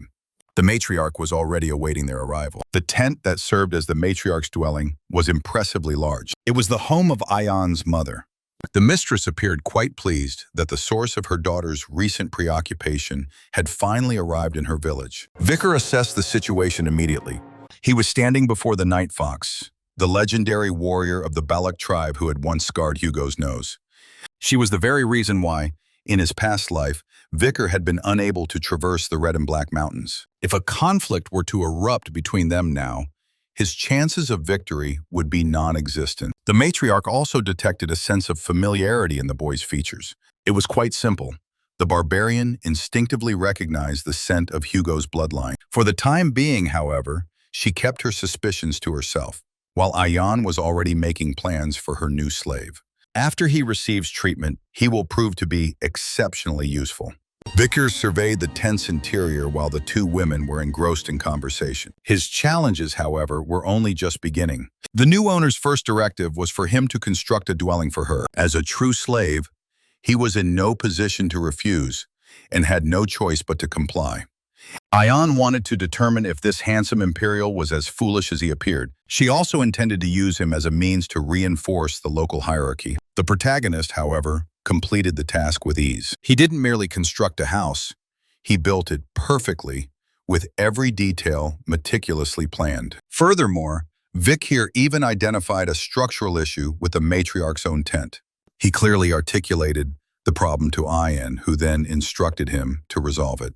And so, the hero undertook the arduous task of brick-making. All of his hard work paid off. The matriarch was amazed. It seemed her daughter had selected a commendable partner. Vicar, however, was formulating his own agenda. He yearned to integrate himself into this forest existence. An opportunity to prove he was deserving of his freedom would soon present itself. The village had been struggling with a scarcity of large game recently. If Vicar could successfully hunt something truly massive, he would transition from slave to ordinary citizen. This generous offer did not go unnoticed. Ayan was keeping a close watch on the entire situation. Every culture has its own belief system, and the Balak tribe was no different. Prior to every hunt, the shaman conducted a ritual for the warriors. The barbarians felt a sense of guilt for taking innocent lives, so they would smear their faces with charcoal to conceal themselves from the god of death. Vicar, however, quickly deduced that these rites were merely a means for the shaman to preserve his authority. Even within such a secluded tribe, the power dynamics mirrored those of the empire. Following the ritual, Vicar was fitted with the requisite spiked combat collar. This was a standard piece of protection to prevent a cornered animal from tearing out a hunter's throat. He sensed that he was slowly starting to acclimate to this new way of life, a feeling he found surprisingly agreeable. As is often the case, however, something was destined to go awry. Ayan initiated another confrontation, attempting to boast about being the one to bring down the largest animal. His primary interest, however, was the collar fastened around Vikir's neck. The barbarian seemed to find it unbelievable that the commander would actually take an injured man on a hunt. In his view, Vikir would only be a liability. Before making such pronouncements, however, one should mind their own equipment. Vikir pointedly suggested that one should cling to their weapon as fervently as they would a lifelong partner, lest they easily lose it. Ayan grew enraged, poised to attack him, but she had no authority to give orders to another's property. So, Ayan decided she would teach Vikir a lesson herself. He received a rather severe beating, so we will omit the details of his injuries. One thing was certain, Ayan had reasserted her dominance. Afterward, however, she began to fret, wondering if she had gone too far and angered him. But Vikir found the situation so unpleasant that he could barely speak, a fact the girl quickly perceived. Ayan did not waste a moment. The instant she heard him mention his pain, she rushed to his side. Before Vikir could protest, her lips were on his face. A moment of awkward silence followed. Apparently, the barbarians had a custom of licking one another's wounds. Then, Ayan unexpectedly vowed to do anything within her power for him. Vikir was taken aback, but he certainly wasn't going to let such an opportunity pass. Ayan noted his prolonged hesitation. In the end, however, Vikir made only one request: to be taught how to use a bow. The lessons commenced almost immediately. The Balak people were true archery virtuosos, and their teaching was as skillful as their shooting. Vikir's lesson, however, was cut short unexpectedly. The wolf that Ayan rode had detected something of importance. This discovery would allow them to travel much more quickly. A mountain river flowed into the ocean, and the area teemed with wildlife. Fish swept along by the swift current would often be dashed against the sharp rocks, providing an easy meal for the bull bear. The specimen that Vikir and Ayan were observing was not just large. This was a bull bear of impeccable lineage that had survived numerous trials. They had no intention of hunting this one, however. Their quarry was the male that the female bull bear was awaiting. She needed to select a weaker mate to ensure her complete dominance over him. A strong male, after all, might simply kill her. A similar principle existed among the Balak people. The most sought-after partners were always young men with ideal genetics. All they had to do now was wait for the female to completely assert her dominance over the male. The process took quite some time. 4 days had passed since Vikir and Ayan began tracking the creatures. Throughout this time, the protagonist watched in astonishment as the bull bears engaged in a frenzied mating ritual. Ayan simply smiled, implying that things were much the same within her own tribe. She even insinuated that the people of the empire were not capable of such passion. She wondered aloud if Vikir was capable of it. Their rather intimate exchange was interrupted by the bear herself. The ritual was over, and the female now drove the male away, as he had become nothing more than competition for food and territory. The exhausted male sought a secluded spot to recover. This was the moment for the predators to begin their hunt. They trailed the bull bear all the way to the icy peaks. The biting cold chilled Vikir to the core. Ayan immediately cautioned him that if he were to freeze, he would become a dead weight on the hunt. His only option was to press himself as closely as possible to his companion. The next moment, however, held a surprise for both of them. The monster's tracks abruptly ended. The creature had concealed itself in a cave and was lying in wait for them. Would the bear's ambush prove fatal? If not for Vikir's swift reflexes, Ayan would have surely been torn apart. Vikir was the first to launch an attack. It seemed the bull bear had deliberately lured them into an ambush. It was now clear why the female had been so interested in this particular male. He was far more powerful than he appeared. Our heroes now had to face this monster directly. Ayan was determined to prove that she was the one in command of the situation. She instructed Vikir to simply stay hidden and not to get involved. Hunting was her domain, not a task for a slave. The Balak people's treatment of their servants was certainly unusual. Even more remarkable, however, was their skill with the bow. It made no difference to Ayan if her target was hidden behind rocks. The arrow of a true archer could penetrate even steel. No sooner had the arrowhead vanished from view than it pierced through the ice and struck the monster. Vikir realized that his mistress was not just a talented marksman.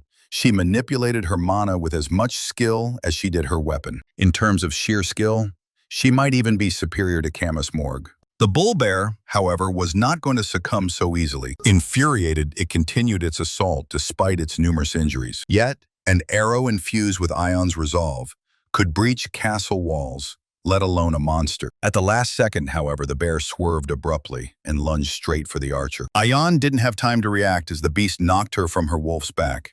The night fox had always said that animals can sense the murderous intent radiating from a person. And that is precisely what Ayan had forgotten at the most critical moment. Could it all end so anticlimactically? No. Vicar appeared directly in front of the monster's face. One must not forget about the main character. It was now his turn to display his power. The flames of Cerberus erupted from his sword, incinerating the unfortunate bull bear in a single strike. This level of power from Vikir was simply overwhelming. His weakened body, however, was not yet capable of handling such a strain. The Balak tribe had another rather fascinating custom. The hunter who successfully brought down the largest animal earned the respect and admiration of the entire tribe. And so, Vikir became the hero of the hunt. There was, however, a less pleasant aspect to this tradition. The one who gained the most prestige was also allotted the smallest portion of the meat. This, however, was of little concern to Vikir. He had acquired something far more precious during this hunt. Beelzebub had absorbed the 600 kilograms of a bull bear's stamina, and his sword drew in the monster's life force, which significantly restored Vikir's own body. And now for something more amusing. Ayan set another serving of meat before him and insisted that he consume the strange item on the plate. The Balak people held the belief that a hunter should eat the part of the monster's body that corresponds to their own weaknesses. The young man couldn't figure out what it was. Could it really be intestines? The reactions of the other warriors, however, suggested otherwise. They yelled at Ayan that her intentions were too transparent. Regardless, Vikir still ate his serving. Ayan was overjoyed. In her view, he could now properly fulfill his duties. But let us return to the daily routines of the barbarians. Following a successful hunt, the tribe would perform a sacrifice, offering a large portion of their catch to Madame Octopus. They were asking for her consent to inhabit this forest. Vikir had been observing the tribe's reverence for Madame for a long time and was increasingly aware of how reckless his previous actions had been. The Balak traditions, however, did not stop there. A long queue had formed at the entrance to the matriarch's tent. It transpired that Night Fox Aquila had convened the elders for a significant meeting. As the tribe celebrated Hunter, Vikir was now in a position to ask the matriarch for whatever he wished. And Ayan already had an excellent suggestion for him. All that was left was for him to make the request. Aquila was greatly satisfied with the young hero's performance. This brilliant archer, as majestic as Hugo, yet with a warm and gentle strength, decided to elevate Vikir's social standing. He was now officially a full-fledged member of the Balak family, and as such, he was entitled to make one request. Carrying out Ayan's suggestion, Vikir asked for an ablution in the hero's spring. Vikir's petition was perceived as overly audacious. The shaman was incensed. How dare some former slave, who had only recently joined them, ask for such a privilege? The hero's spring was a sacred site for the Balak people, accessible only to their most revered warriors. This was more than just a hot spring. It had the power to heal both physical and spiritual wounds. Aquila might have considered it, but there was no justification for such a generous gift. The debate was cut short by the ringing of a bell, signaling the arrival of guests in the village. The Night Fox deferred the matter for a later time. The shaman, meanwhile, continued to shoot daggers at Vikir with his eyes. Merchants had arrived. Vikir instantly recognized the bourgeois family. How had they managed to get here? None of the great houses, neither the Baskervilles nor the Morgues, would have granted them passage through their lands. It became clear that they had utilized smugglers' routes. The hero observed without getting involved. While the details of market manipulation are likely of little interest, here is what he witnessed. The merchants were trading common imperial goods, food and basic necessities, for rare local resources. They were shamelessly exploiting the fact that the barbarians were unaware of the true market value of their goods. Vikir could have revealed this deception, but doing so would have risked exposing his own identity. His restraint snapped when a little girl from the tribe attempted to trade for a glass sphere that she believed would bring her sweet dreams. She offered a rare and highly nutritious sun beetle in exchange. The merchant merely grimaced in disgust and swatted the creature from her grasp. Then, switching to the imperial tongue, he remarked that the girl was quite attractive and would fetch a good price if sold into slavery. This transaction did not proceed. Vikir stepped in. It wasn't just this one horrific act. He exposed the entire operation. The merchants had been swindling the Balak people by taking advantage of their trusting nature. The protagonist was perfectly aware of the actual cost of the goods. But there was more. The supposed dream sphere was nothing but an ordinary ball filled with holes and laced with narcotics, a substance outlawed throughout the empire. Ayan grasped the situation, and a wave of rage washed over her. An arrow, propelled by her fury, found its mark in the merchant's shoulder. Those scoundrels fled, but no one gave chase. Ayan knew that if you injure one animal in a pack, it will invariably lead you back to the rest. And that is precisely what occurred. The traders made their way back to their smuggler associates. They would not, however, escape justice. A single fate awaited them: complete annihilation. The mercenaries, accompanied by the merchants, began their search for the Balak people, but it was a futile effort. The barbarians had spotted their adversaries long before they were even aware of being watched. The only thing that gave away their position was the faint glow of a cigarette. Ayan commanded her fighters to aim exclusively for the head. Vicar, meanwhile, was setting his own strategic move into motion. Barrels had been suspended above the mercenaries' heads, and not without reason. The moment flaming arrows struck them, the oil within detonated. The Balak warriors fought without mercy, but one merchant remained apart from the battle. It was this man that Vicar hunted down. In a panic, the man began screaming that he couldn't be killed. He brandished a piece of paper bearing the official seal of the Consul of Underdog, a permit for trade. He further asserted that the document had been signed by Vicar himself. The protagonist was flabbergasted, as he had most certainly not granted any such permission. The witness to his true identity did not survive for long. Vicar dispatched him quickly and then fled with Ayan. The mercenaries were baffled as to why the Balak forces were suddenly retreating and decided to give chase, intending to cut them down. This, however, was not to be. She had awakened. Madame Octopus arrived just as Vicar had anticipated. Furthermore, his fiery strategy had worked flawlessly. He was now officially acknowledged as a great warrior of the Balak tribe. Without any hesitation, Aquila granted him permission to bathe in the hero's spring. Shaman Akamon did not even spare him a glance. The merchant's words, however, continued to trouble Vicar. He had claimed their trade was sanctioned by the shaman himself. It was obvious that something was amiss, but he chose to address it later. First, he would rest. The waters of the spring had the ability to purify mana and mend internal injuries. While this place could not be compared to the river Styx, it at least lacked any age restrictions. To add to the situation, Ayan decided to join her former slave for a swim. The girl showed no concern that her presence might diminish the effectiveness of the ablution. She was preoccupied with another matter. She intended to make Vicar her own. The conversation between them flowed easily. This continued until Vicar abruptly asked Ayan how she preferred to be addressed, by her name or simply as slave. Her ambiguity was beginning to annoy him. Ayan drew nearer, clearly about to clarify her intentions. She didn't want to call him slave, or even Vicar, but simply. Her answer, however, was never voiced. A throng of small barbarian children burst into the spring. The matriarch had ordered that they be allowed to bathe here, as their bodies had been weakened by the imperial drugs. Ayan offered her gratitude to Vicar for assisting her sister, extending an apology for all their past hostilities. It appeared the protagonist had at last earned his place as an integrated member of the tribe. Then, almost imperceptibly, 2 years passed in a flash. Vicar was now 17 years old. Throughout this period, he had polished his abilities to a state of perfection. He could now unleash all 6 of the Baskerville claws with ease, though the 10th technique remained a distant ambition. Achieving the 6th level at the age of 17 was a truly phenomenal accomplishment. His mastery of the 6th magic circle was a testament to his status as a master swordsman. Time, however, was slipping away, and he became aware of how long he had remained in the forest. One constant remained. He and Ayan continued to hunt side by side. Vicar couldn't help but notice that something was troubling her, however. Ayan produced a dagger that had been dropped by one of the Imperials who recently ventured into the forest. The emblem etched onto the weapon was one he recognized: the sigil of the Leviathan clan.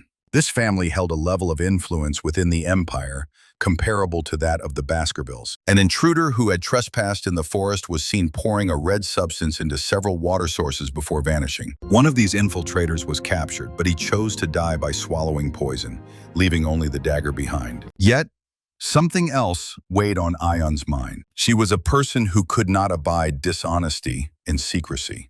Consequently, she admitted that another person from the empire had also entered the forest. And Vikir was undoubtedly the object of this person's search because it was that same girl. For 2 full years, this girl had repeatedly led search parties into the woods. Her efforts were clearly aimed at finding any trace of Vikir.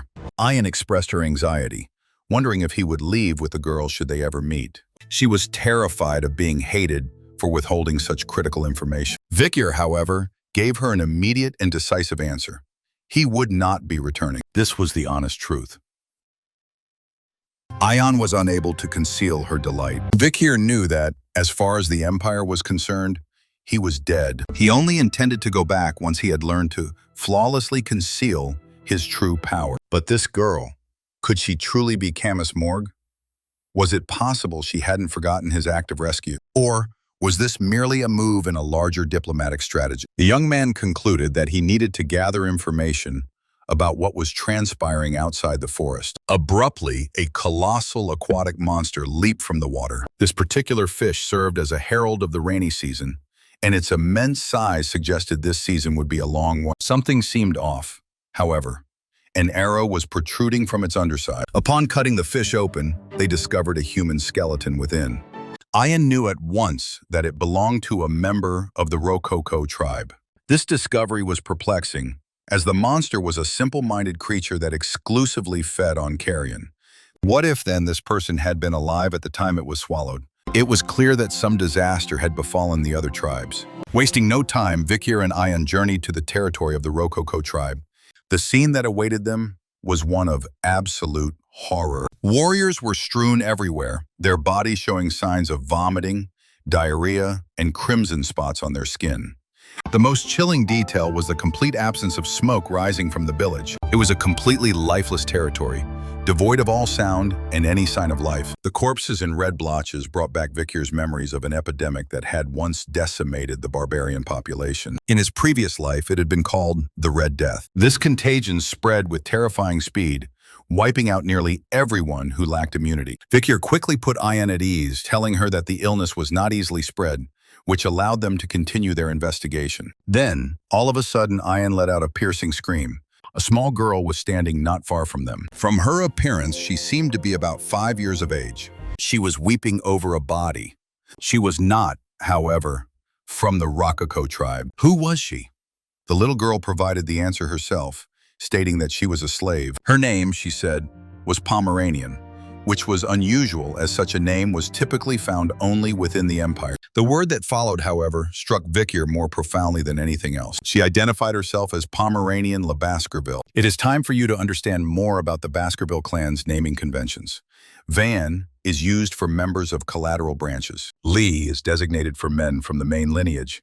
La, however, is a name reserved for women of the direct bloodline, and it is not commonly encountered. Just such a person now stood before Vikir. Allah. The Baskerville emblem was on her person. When Vikir opened the locket she wore, he discovered a photograph of Hugo, a woman, and another woman, La Baskerville with 2 others. Unable to control his reaction, Vikir aggressively demanded, "Who are these people?" Ayan stepped in, pointing out that his hostile expression was unlikely to elicit an answer. The shock was still apparent on Vikir's face, but he realized the girl had done nothing to deserve his anger. He composed himself, asked again with a gentle smile, and Pomeranian visibly relaxed. She clarified that the people in the photograph were her mother and her grandparents. It dawned on Vikir instantly that Butler Barrymore had not been lying. At the time, he had found it impossible to believe that the patriarch was such a dedicated family man. From his first wife, Roxanne, he had 1 daughter, Penelope, who had been abducted by barbarians. The patriarch had searched desperately for his daughter, even relocating closer to the Red and Black Mountains. He never found her, however, and eventually mourned the death of his wife, who had succumbed to illness. Vikir had dismissed the story as impossible back then, but now he was looking at living validation of that tale. Hugo's own granddaughter. The reality of the situation was becoming more and more tangible. It would be quite a sight to see the patriarch's face when, after years of warring with the barbarians, he finally meets his own granddaughter born of them. Without a moment of hesitation, Vikir invited the little girl to come with him. Pomeranian replied that her mother had always instructed her to follow the person with red eyes. This was the precise moment that the paths of two martyrs from the Sword Clan finally converged. The lives of Vikir and Pomeranian were set to change dramatically. Vikir began to experience the full weight of paternal responsibility. It was clear to him that raising Pomeranian in the Balak village was not a viable option. They required a location that was beyond the reach of Hugo's surveillance, but not entirely cut off from civilization. He already knew he would need to make a significant request of Chihuahua. First, however, he had to speak with the matriarch. Aquila had been informed that an infectious disease was making its way through the forest. This was terrible news, especially since the rainy season was also about to begin. Vikir thought back to the Red Death from his previous life. The disease had spread so rapidly that it had even reached the Empire's borders. The Empire managed to withstand it, thanks to a wall of fire conjured by Camus' Morgue. Additionally, Saint Dolores of the Cuevas family had used her divine abilities to heal the afflicted. These solutions were effective only within the Empire, while the majority of the barbarian population perished. This outcome had greatly consolidated the Baskerville family's power. The forest ecosystem, however, was thrown into chaos, and monsters began to approach the very borders. The Baskervilles successfully defended their lands, and Hugo's authority was further solidified. This time, Vikir was determined that history would not repeat itself, because he knew the secret to halting the Red Death. Following the news of the Red Death, the most compelling events began to unfold. The young man demonstrated a simple yet vital truth to the barbarians. If a living thing is submerged in the tainted water, its body will slowly develop spots. If the water is boiled first, however, no such problems occur. Even the matriarch was grateful that the protagonist had so freely shared this valuable piece of information. Thanks to his knowledge, they could now see a path forward. It was too soon to let their guard down, however. The disease could enter the body through the eyes and mucous membranes, and was also airborne. The morning mist was particularly hazardous, and with the approaching rainy season, the danger would only escalate. Consequently, there was only one viable course of action. They had to relocate the settlement. The shaman immediately protested, arguing that they could not abandon the lands of their forefathers. Vikir, however, had a strategy that would allow them to stay within their territory. The rainy season proved to be especially harsh that year, with rivers cresting their banks and inundating most of the forest. In the Red and Black Mountains, the rising water consumed everything but a single location: the village of the Balak tribe. These masterful artisans had relocated their dwellings high up into the trees, placing them beyond the reach of even the most torrential downpours. This remarkable feat was only achievable because of Vikir. Suddenly, however, a pair of eyes glowed from the watery depths. An instant later, a colossal aquatic monster breached the surface. Ion reacted instantly, loosing an arrow at the creature and growling for the damn catfish to be gone. Interestingly, this particular fish had been regarded as the king of the forest waters for many decades. The barbarians referred to her as Ka, and now this monster, with a powerful flick of its tail, demolished one of the structures the Balak people were constructing. Vikir did not hesitate. His sixth Baskerville technique sliced through the air, nearly striking the fish. It managed to retreat beneath the water's surface, however. Nonetheless, everyone was relieved. Vikir had successfully driven Ka away from their village. That evening, he cooked a delicious meal, once again demonstrating his care for his niece. Only one thing puzzled him. How had Ayan ended up in their home? Her portion of the meal had not been accounted for, yet she was already eating dinner with a calm sense of entitlement. Pomeranian, who was watching them intently, observed that the two of them were acting like a married couple. Ayan just smiled, clearly not opposed to the comparison, while Vikir looked on, amazed at how quickly the two had bonded. Their quiet evening, however, was shattered by the sudden arrival of Ahun. He once again required the assistance of Vikir, who had already rescued people from the village on multiple occasions. This time, however, the matter was grave. Ahun pleaded with the protagonist to save his younger sister. The girl had fallen ill the previous evening. Ahun suspected it happened while they were gathering wood for the new buildings. Ayan was distraught. This little girl had always been helpful to everyone, and now she was lying there, completely drained of strength. A shaman entered the dwelling, and rather than offering condolences, delivered a cold pronouncement. He stated that the granddaughter had gotten what she deserved for constantly defying her elders. This all happened, he claimed, because they had placed their trust in the imperial bastard, Vikir. Ahun attempted to argue back, feeling this was too much to bear. The shaman, however, refused to listen and struck the boy, ordering him to be silent. He declared this to be a punishment from the gods, and that a ritual was necessary to set things right. Vikir, however, already had a strategy to help. He issued a series of rapid commands. Disinfect everything, boil the water, and create an environment where the child could effectively combat the illness. They had to stall for time. Vikir was capable of saving her, but he would need Ayan's assistance to do so. He would be required to venture outside the forest to procure a cure. Ayan pointed out that Akila would never permit him to leave so easily. The departure would have to be done in secret. The only question was whether Ayan would allow him to go. The protagonist set off at once, but the archer was right behind him. She at least needed to know his destination and why he was taking Pomeranian with him. Ayan had always deferred to Vikir and felt she couldn't demand explanations. She knew that the moment she received them, he would likely just vanish. It was vital for her to hear just one thing, though.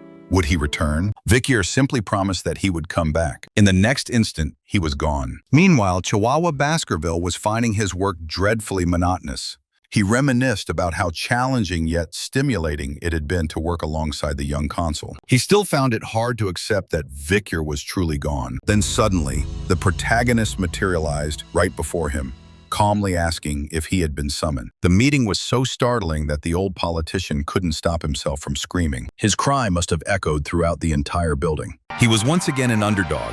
At last, Vikir decided to confide the entire truth in his only friend. Chihuahua was ecstatic. The young hero had not only battled a forest monster, but had also integrated himself among the barbarians. The Secretary General was even moved to tears, realizing his ward was indeed alive. He was even more curious about the identity of this small child who bore such a striking resemblance to Vikir. The protagonist clarified that while they shared the same bloodline, she was most certainly not his daughter. From now on, Chihuahua would be responsible for Pomeranian's care, while also teaching her the fundamentals of survival. Should he require assistance, he was to seek out Cindy of Dunaru, the very same thief Vikir had pardoned 2 years ago. But Chihuahua had one more question. When would Vikir be back? The protagonist only offered a cryptic reply, saying it would be after he had settled all of his affairs. After all, he had a promise that he was obligated to keep. The cure for Ahun's sister was a drop of holy water from the Quo Vadis clan. His next destination, therefore, was the religious lands. Everyone undergoes a meticulous inspection before being allowed to enter Quo Vadis territory.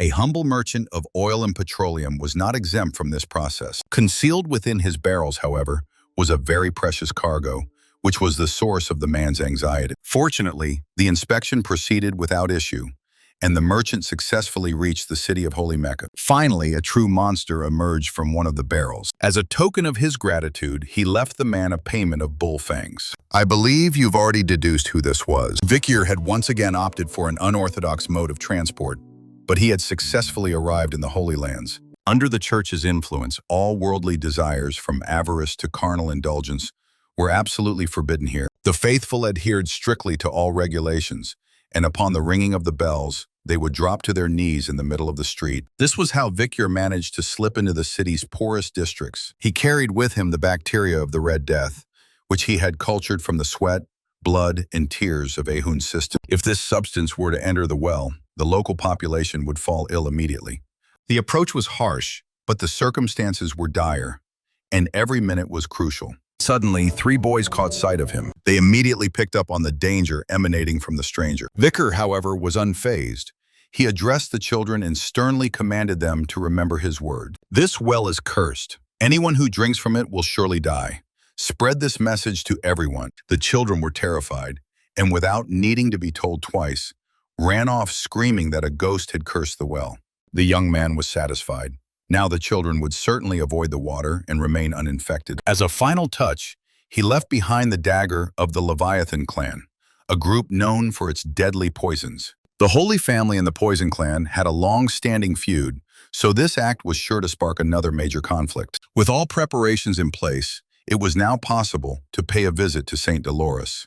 A large crowd had formed around Dolores's palace late in the evening. The wealthy and the courtiers were pleading with her to open the gates and cure their ailments. They offered payment in the form of money, estates, and extravagant gifts. For the saint, however, this was not a sufficient reason to grant an audience at such an hour. She commanded them all to leave. Vikir stood among the throng. In his past life, he had frequently seen the saint on the battlefield, covered in blood, exhausted, yet determined to save the wounded until the very end. The Dolores he remembered, however, had loathed money and power. The protagonist knelt before the gate, adopting the guise of a lost soul. And right before him, the door swung open. A pleasant female voice from within inquired how he had lost his way. Vikir replied immediately that he had come to report on an epidemic that was spreading through the poor districts. The voice, however, suddenly accused him of falsehood. Knights appeared on the balconies, and their commander, Pedro Vadas, announced that the lost lamb was speaking with too much aggression. It had been a long time since Vikir had seen this man,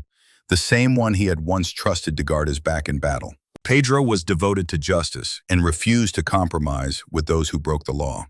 The commander stated that the stranger would not be granted an audience with the saint until he had taken off his mask. Vikir had a valid reason for keeping it on. Besides, his task was complete, and he was ready to depart. The knights, however, were not about to let such a suspicious individual simply walk away. Pedro sensed that the water Vikir had brought was radiating a malevolent energy. He suspected the stranger might have intentionally started the epidemic as a ploy to draw out the saint. And Pedro was not one for lengthy discussions. He simply charged forward to attack. The protagonist was unable to use his standard abilities, as doing so would instantly reveal his identity. Consequently, he had to depend on his sword skills. He first lunged at Pedro, leveraging the 600-kilogram force of the bear. Next, he ignited the knight's magic tome with the flames of Cerberus. And finally, with a display of incredible strength, he launched his adversary directly into the fountain. The other knights were in disbelief that Sir Pedro had been defeated by some unknown person.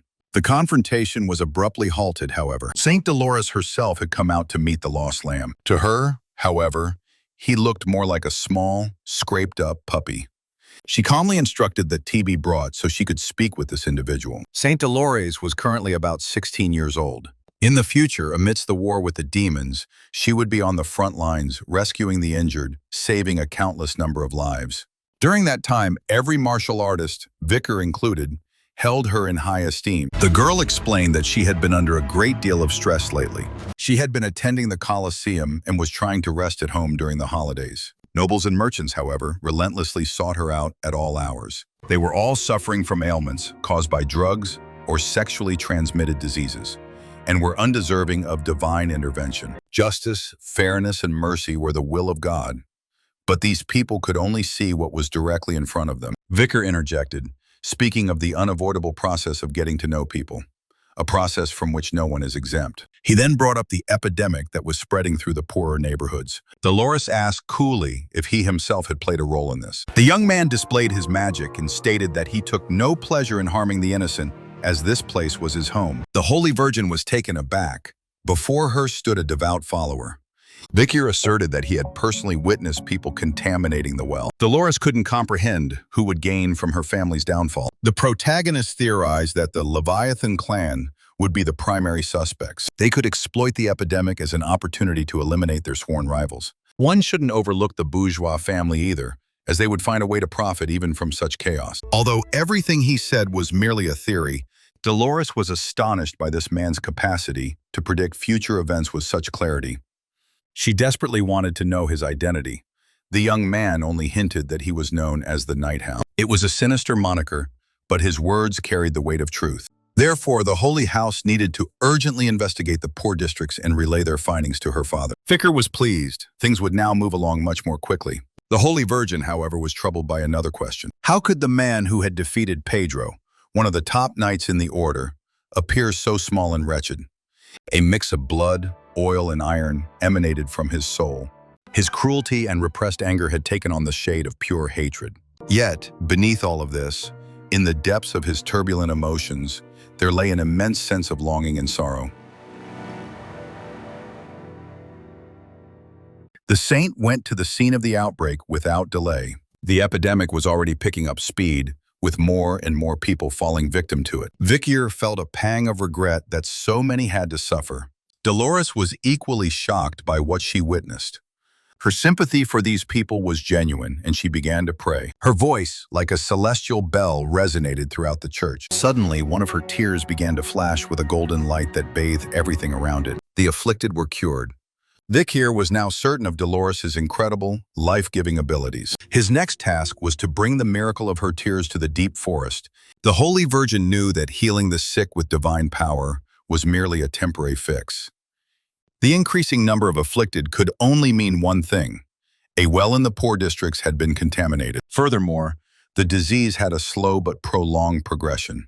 To completely halt its spread, Dolores needed to create a single drop of concentrated divine power. For the time being, she went to attend to the sick. Her absolute altruism and self-sacrifice were the closest one could get to divine love.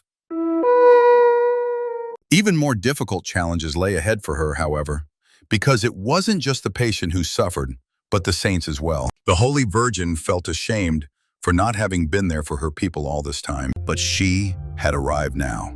And what she witnessed left her in a state of profound shock. Even the priest was convinced that nothing short of divine power could be of any help. Vicar, however, was employing some incredible techniques. The protagonist was allowing the blessing to seep into the infected area. This was a truly revolutionary discovery, and everyone began to emulate his method. Dolores had not anticipated such dedication from the Night Hound. She could never have imagined that he was so adept at wielding divine power. Well, it is time to explain the nature of this divine power. It originated from the prayer of a servant reaching God, who would then accept it and grant strength in return. The amount of power bestowed was dependent on the individual's devotion to God. Vicar, however, knew of a method to amplify this power and assist more people. In his past life, when the earth was overrun by demons, the number of casualties was overwhelming. It was then that God witnessed the desperation of the priests, who were physically unable to keep up. Slaying monsters thus became an act of faith. Even those who were not holy servants could then wield divine power to combat demons. It was because of this that Vicar was able to use it within the holy place. Meanwhile, a young girl was mourning her sick mother among the afflicted. The protagonist gave her some money, at least enough for food, so she could care for her mother. The priest, however, stepped in, stating that material aid was not permissible.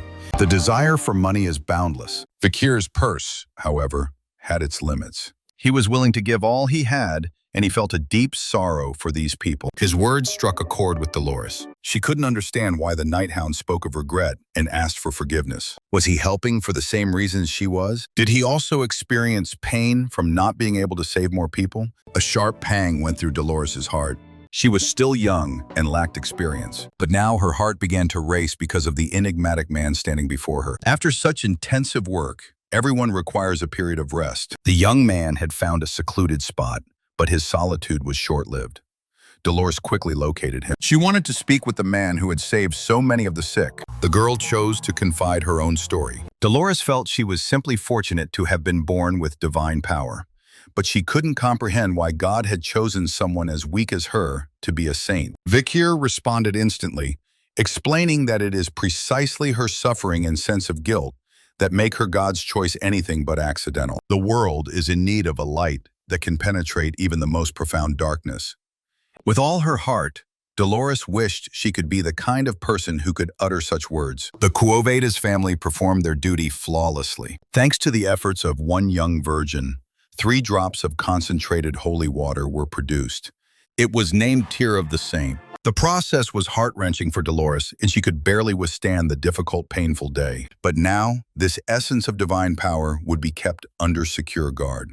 After this, Dolores went to see her father. Cardinal Lund Humbert commended his daughter for her sacrifice. Dolores recounted all the details to him. They had finally located the source of the contaminated water. Things were not so straightforward, however. Suspicious items were discovered near the well, emblems of the Leviathan and bourgeois clans. Humbert was livid. These fanatics had dared to desecrate the very name of God. He commanded Dolores to declare a holy war. He also ordered the capture and interrogation of the Night Hound. This stranger had aroused his suspicions. Dolores, however, refused to comply. She vouched for Vicar's innocence. This, however, was not sufficient. Humbert made a final decree. He would find and question this stranger himself. The paladins had already been dispatched to search for the Night Hound. Soon, the cardinal received some troubling news. One of the saint's tears has vanished from storage. A thought crossed Dolores' mind. Is this what the Night Hound came for? Ayan had spent nearly her entire life in bondage. Kidnapped as a child, she was forced to fight in arenas, transforming her into a mere instrument for generating profit. Her life had been unbearably harsh. And that is how she found herself in a cage being offered for sale. But then he came into her life. Vicar. He unshackled her, granting her freedom. Ayan awoke with tears in her eyes. Even in her dreams, she was plagued by nightmares, where she desperately searched for Vicar. The ache in her chest was only intensifying, as if her very heart were withering away. Aquila comforted her daughter, reminding her that life is full of surprises. We must simply await Vicar's return. He will surely find a way to cure your illness. And her mother was correct. As if by a decree of fate itself, Vicar returned on that very day. Aquila had barely opened her mouth to say, "I told you so," when Ayan was already rushing to him. She could still recall the terror she had felt on the day she was freed. But Vicar had shown her how to conquer her fears. He had demonstrated that it was possible to fight back and emerge victorious. And now her savior and companion was with her once again. Ayan was filled with joy, as was Vicar himself, who had finally made his way back. Vicar went immediately to Ahun's sister. The poor girl's skin was covered in red blotches. The moment he produced the tear of the saint, however, a brilliant light filled the room. The illness vanished in an instant. It seemed this remedy truly worked. There were many more who were sick, however, and the situation in other tribes was dire. Fortunately, there was enough of the magical essence to treat everyone. Besides, Vicar had already dealt with the swamp monster Ka. But there was no time for small talk. That night, all the barbarian tribes convened at the largest lake. Vicar initiated the ritual, pouring the entirety of the saint's tear essence into the water. The lake immediately began to glow with a golden light. Now, all the afflicted had to do was drink from it, and every inhabitant of the forest was able to overcome the disease, thanks to the divine power. Soon, the reservoirs would be cleansed, and the bacteria would be completely eradicated. Vicar had now become a true hero to the black people. The inhabitants of the deep forest began to prepare for a massive festival. But first, they needed to uncover the most crucial piece of information: who had released the disease into the forest. Meanwhile, the shaman Ahiman was operating under the assumption that everyone had already been infected, and he was preparing to cure the tribe with his own antidote. His plan appeared to be flawless. Afterward, the people would have no choice but to worship him. Something, however, had gone awry. The village was teeming with life, and Ahiman couldn't comprehend why everything was perfectly normal. The lake water was even purer than before, and fish were abundant. How could this have possibly happened? Vicar, observing his bewilderment, asked what had so startled the shaman. Ahiman was on the verge of a furious outburst, ready to call him an imperial bastard. But then he noticed that all the villagers had gathered behind him. Aquila asked with surprise how an infection created by one of the clans had suddenly appeared in the forest. Ahiman could only make excuses, claiming he was simply exercising his right to heal the tribe. It was quite surprising then that he hadn't even returned to the village afterward. The young man, as usual, had been correct in his assessment. He had anticipated the shaman's moves. All that was left was to determine the contents of Ahiman's sack. Could it be the very same antidote he had so painstakingly prepared? Ahiman had his motives for his despicable actions. His backstory was not a simple one. He had once been captured by a shaman from another tribe, which is how he came to join the Balak people. He later killed the very man who had been plotting a coup within the community and seized all of his power. To assimilate into the tribe, Ahiman had done whatever was necessary, and he was eventually accepted as one of them. In his later years, however, he began to crave what he had been denied in his youth. More specifically, he sought to usurp power by challenging the matriarch's authority, with plans to conquer the entire forest. Now, however, he was trapped, and everyone was demanding to see the contents of his bag. Ahiman, being a crafty individual, seemingly dropped it into the river by accident.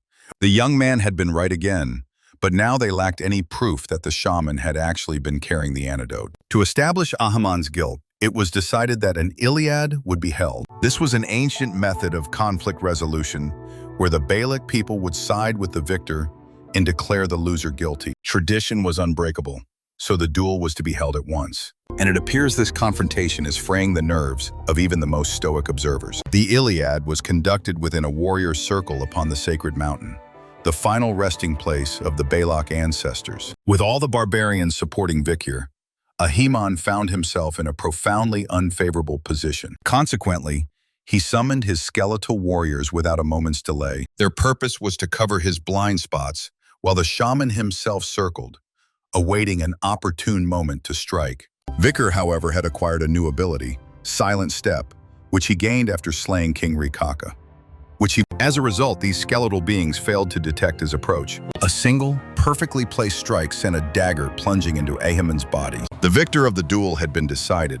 The shaman, however, was not prepared to perish so readily. His body convulsed in torment from the blow delivered by Beelzebub. He could not stomach the idea of defeat at the hands of this imperial upstart. With his fading strength, he traced a rune on the ground, using his own blood. Threatening clouds gathered around the sacred mountain as a violet luminescence filled the air. A disquieting energy rising from the graves put Aquila and Ayan on high alert. Vikir was also at a loss to understand the situation. His strike should have been lethal.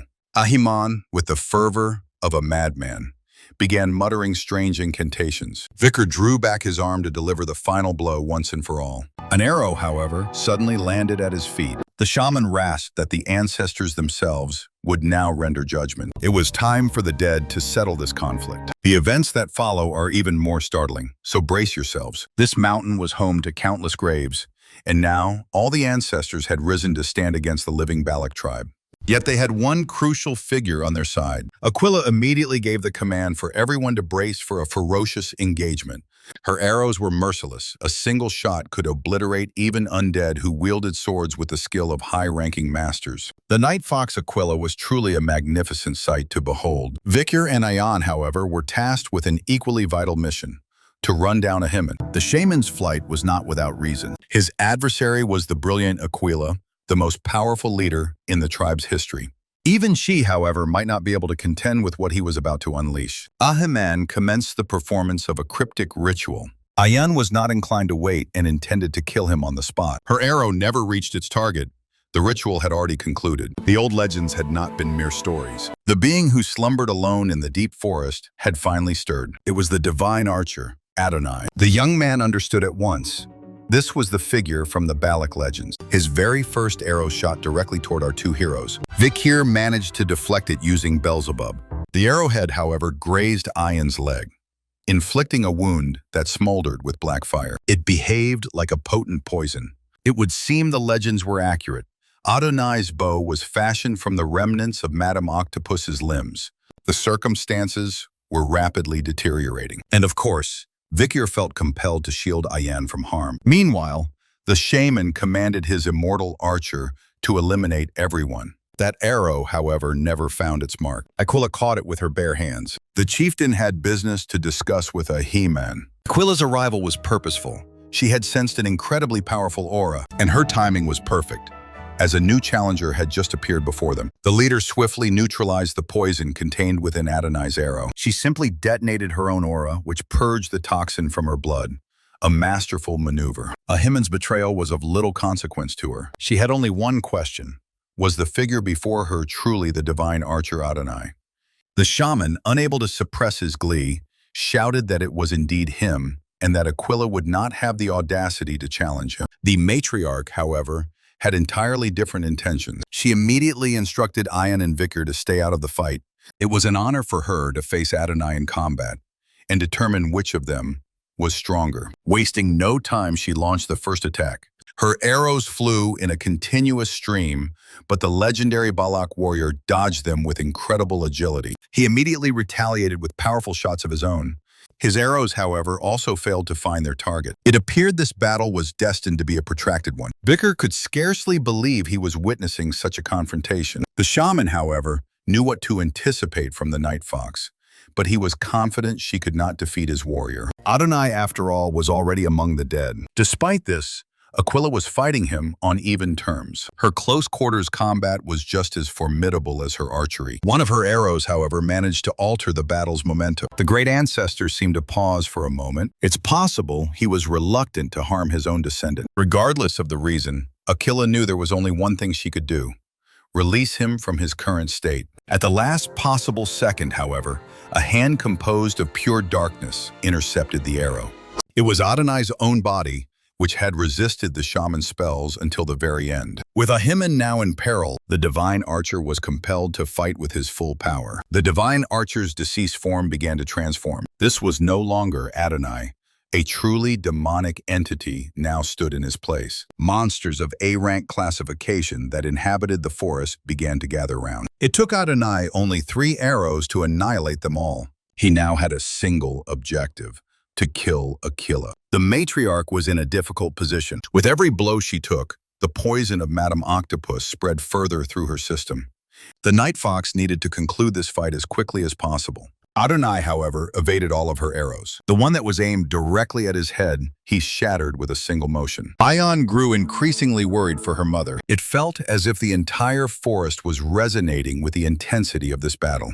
Aquila had to endure until Vicar could find a way to resolve the situation. The protagonist understood that he had to interrupt the resurrection process by killing Ahiman. The shaman, terrified of Aqua, was using Adonai as a shield and avoiding direct confrontation. Vicar, however, located him quickly, but a single blow would not be enough to kill him. Ahiman was protected by other undead beings, entities so powerful they seemed capable of taking on any emperor. Meanwhile, Aquila was taking increasingly severe damage. She could no longer remain standing and fell to her knees before Adonai. The shaman cried out that he would soon be the master of this forest. That, however, did not come to pass. The 6 Baskerville technique obliterated all the undead, and a young hero now stood before Ahiman. At the shaman's command, Adonai loosed an arrow at Vicar. Even this projectile, however, could not match his speed. Vicar was operating on an entirely different plane of existence. With a single strike, he severed Ahiman's hand. His next move was to slice the shaman's body into pieces. Adonai's body started to disintegrate. The dark magic's hold over the divine archer was finally broken. Aquila bid the great ancestor to rest in peace. The shaman's severed head was still screaming about how close he had been to victory, but Vicar finally put an end to him. Ahiman attempted to hiss out one last word, but his head was pierced by an arrow fired by his own grandson. This horrifying chapter of their story was finally at its close. The Balak tribe made their way back to the village, only to be met by a scene of utter ruin. Ahun's sister explained that while they were engaged in battle, Madame Octopus had appeared and gone on a rampage. And this was no coincidence. It became clear that Ahiman had arranged for her to show up at the precise moment of the battle. Aquila could barely keep her fury in check. Despite her grave injuries, she issued commands that were clear and intelligent. Even Ion's wolf had been hurt. The poor creature had injured its paw. Madame Octopus was truly the malevolent goddess of the forest. The Balak people had always seen her as a force of nature, a living disaster, and had never had a chance to retaliate. Vicar, however, was already formulating a new strategy. That very evening, he approached the matriarch with a single request. He wished to learn more about Madame. He had already compiled information about this giant spider. One crucial question still lingered, however. Why were all the tribes so terrified of her? And why hadn't they ever tried to band together to defeat her? Aquila spoke of ancient records detailing Adonai's battle against Madame. It was a conflict between the god of light and the evil goddess, and he had succeeded in piercing one of her legs. This, however, was merely the start of his despair. The more claws Adonai severed, the faster they regenerated on Madame. They grew back even stronger, and eventually, even his arrows could no longer penetrate her hide. According to the records, everyone who participated in that battle ultimately succumbed to her poison. Aquila warned him that to attack Madame would be an act of suicide. Adonai, however, did not. But when dealing with a powerful monster, the rules of engagement change. If he can identify this monster's vulnerability, he is certain he can kill it. The young man embarked on a true adventure, conducting surveillance on Madame Octopus. Several days of observation yielded significant results. He determined that the spiderling hunted at a specific time, which gave him a 2-hour window of opportunity. This is how he found himself at the entrance to her lair. The web proved to be incredibly durable, so the hero decided he could make use of it. Behaving like a true madman, he plunged into the deepest parts of the lair. The walls were adorned with the desiccated remains of her victims, but he had no time to examine them. A clutch of spider eggs caught his eye, a significant discovery. The young man decided to collect one for study. But just then, Madame herself materialized above the lair. The situation had become extremely dangerous. It seemed the spider had instinctively detected an intruder in her territory. Fortunately, Vicar was able to conceal himself, and Madame, failing to spot the stranger, departed once more.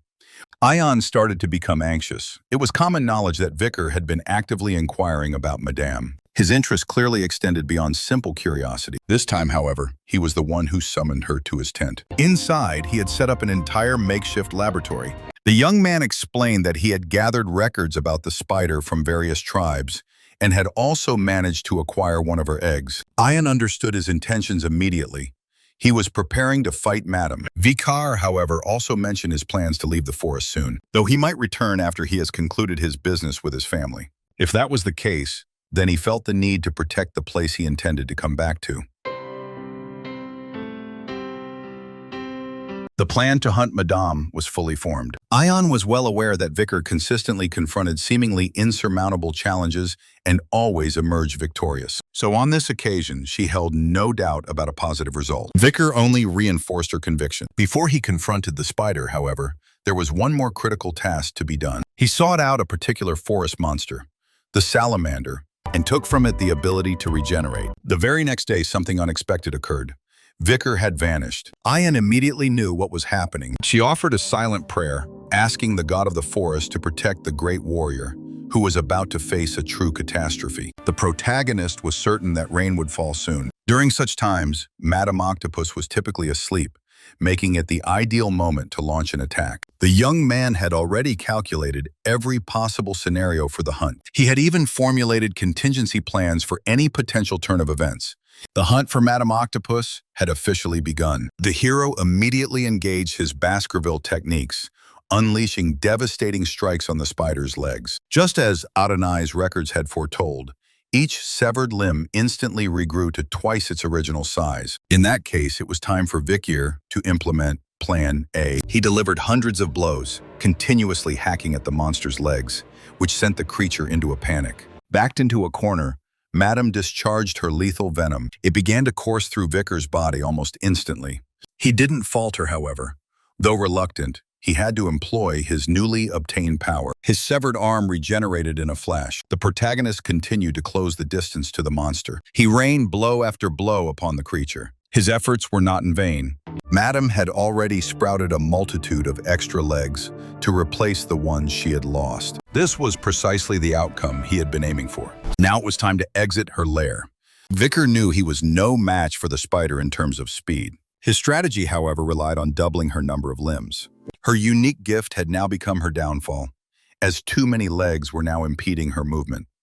As expected, Madame attempted to use her webbing. It too was unique.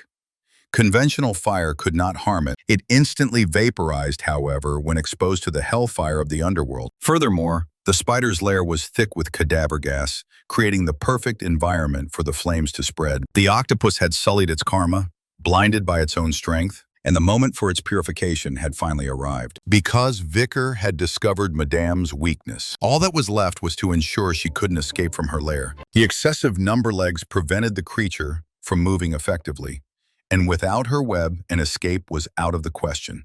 The strength of its shell was irrelevant. As long as it lived and breathed, the heat and smoke swirling in the air would gradually cook it from the inside out. Now, he only had to wait for the spider's demise to claim its abilities. Suddenly, however, the mountain itself split apart. Madame had destroyed her own lair and broken out. She was now spraying poison into the sky like a celebratory firework display. The young man surmised that the monster was unable to locate him. The fire had burned away her eyes and the sensitive hairs on her body. The collapse of the mountain had also pushed her body to its absolute limits. Her shell was now riddled with deep fissures, which meant the task could still be accomplished. The protagonist took aim at one of these cracks and struck with a Baskerville technique. The force of the blow sent him reeling backward. But then, something peculiar happened. Something around Madame seemed to tear, and in the next moment, Vicar could see her eyes. He had made a miscalculation. It appeared the spider could shed its old exoskeleton, along with its extra legs, thereby restoring its body. Vicar understood at once. There was no time for delay. The battle had to be concluded immediately. But then he heard a strange voice. Someone asked mockingly why he was even bothering to fight this monster. It was, after all, to his benefit. He should have departed the forest long ago and focused solely on Hugo. Vengeance was his only true motivation. What's more, the soul admonished Vicar for becoming foolish and slow. It insisted that all he needed to do was recall his hatred for Hugo, the sensation of the patriarch slitting his throat. The soul had emerged to reignite the same desperation he had felt in his past life. But now he had ruined everything. The murder of Hugo and the annihilation of the Baskerville family, these were the sole objectives of his existence. Even in his previous life, he had attempted to defy Hugo's commands. In the end, however, he had walked the path his chains had laid out for him. He was nothing more than another conditioned hound. Vicar shouted that these thoughts were not his to be burdened with, neither Hugo's directives nor his own thirst for revenge. No one else had the authority to control him. Following his execution, he had no intention of living like a bloodhound on the scent of its prey. He was filled with regret for the decisions he had made in his past life. What he truly desired was something entirely different: freedom. He came to the realization that he only wanted to live on his own terms. He yelled at himself to get up and fight so that he would never again be controlled by anything. And just then, arrows struck Madame's legs. Warriors were standing on the mountaintop. Ian shouted that the damned spider would not dare to touch her candidate for a husband. The Balak tribe had come to fight at his side. The warriors genuinely wanted to aid the hero of their forest. Vicar was, of course, angry that Ian had disobeyed him. But it was because of her that he had survived yet again. Mustering all his strength, he landed a powerful strike on the crack in Madame's shell. It was still not enough. The octopus was struggling frantically. The hero had it cornered. He could not afford to stop now. Aquila had always viewed Madame as a natural disaster and had never even considered trying to destroy her. But the young warriors had shown her how to conquer fear and to challenge what seemed impossible. The night fox would do this, even if it meant reopening her own wounds. For the sake of the warriors who fought with such courage, she would clear a path for them. Her arrow flew with incredible speed and pierced Madame. Vicar charged into the attack instantly. His assault was filled with a wild frenzy. He maniacally employed every single Baskerville technique. It was as if he were shattering the very chains that had bound him for so long. All this time, Vicar had been inside Madame. And only now had he succeeded in breaking free, leaping out of her eye. The spider slowly collapsed to the ground, and the poison from her blood seeped into Vicar. It appeared that after so many attacks, the monster was struggling to retain its life force. He had to act quickly to purge the poison. Vicar unleashed Beelzebub into the spider's body. The sword completely consumed the essence of this monster. After that, he was discovered on the ground. He was intact, though utterly spent. Ion's face was alight with joy, though she was also deeply concerned for him. The celebration went on for an indeterminate number of days. The Balak people were prepared to commemorate this victory for all time. After slaying Madame, Vicar had managed to access the seventh technique of the Baskerville family. Even though he lacked the necessary skill for it, Hugo currently possessed it at the highest level of mastery, while Vicar's was still in its nascent stage. He had, however, undoubtedly grown much more powerful. It is time for you to go back to your clan. The choice had been made. The matriarch herself granted the hero of their forest permission to depart. He had become a member of their family, which meant the bond between them would not fade, even with distance. At all times and in all places, he would remain a commander of the Balak tribe, a fact that should not be forgotten. That, however, was not the most important matter. Ion had not come to see him off. All the Balak people would await his return, but she had vanished. A young archer, however, was already waiting for him in a nearby field. Ion had wanted to say her farewells in private and had even prepared a parting gift. It was a new bow, the very same giant one that Adonai had used. She had modified it so that Vicar would be able to wield it. Around his neck, she placed a broken chain, a token signifying that he was no longer a hound, but had become a free wolf. Ion silently leaned in close to him, and then she gave him a farewell kiss. Her eyes were brimming with tears. They parted ways, but it was not a final goodbye. One day, our hero will surely return here. Vicar's first stop was the same fortress he had visited 2 years prior. This was the last place he had seen Camus Moore. A colossal golden statue stood in the center of the village. A guard unexpectedly approached the young hero, warning him not to lay a hand on the monument. It turned out the statue had been erected to honor the hero who had saved the Morgue family.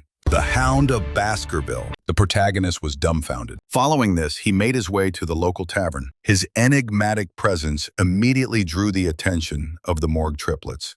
The girls began shouting for the stranger to stop ignoring them and come over. Vikir was then ordered to lower his hood. He had, however, already intended to announce his return, so there was no reason to remain concealed. When the hero showed his face, the triplets were frozen in awe. A truly handsome man stood before them, and only one of the guards recognized him immediately as the legendary hero Vikir. The next day, the sisters dispatched a messenger owl to the Baskerville family. Before his departure, however, Vikir wanted to inquire about Camus' well-being. He learned that she was currently engaged in training behind closed doors. The girl had abruptly departed the Hall of Light and moved to the Hall of Darkness, where she was studying magic. This news troubled Vikir, as in his past life, Camus had a poor relationship with the head of the Hall of Darkness, a man known as Snake. It seemed this was another event he had inadvertently altered.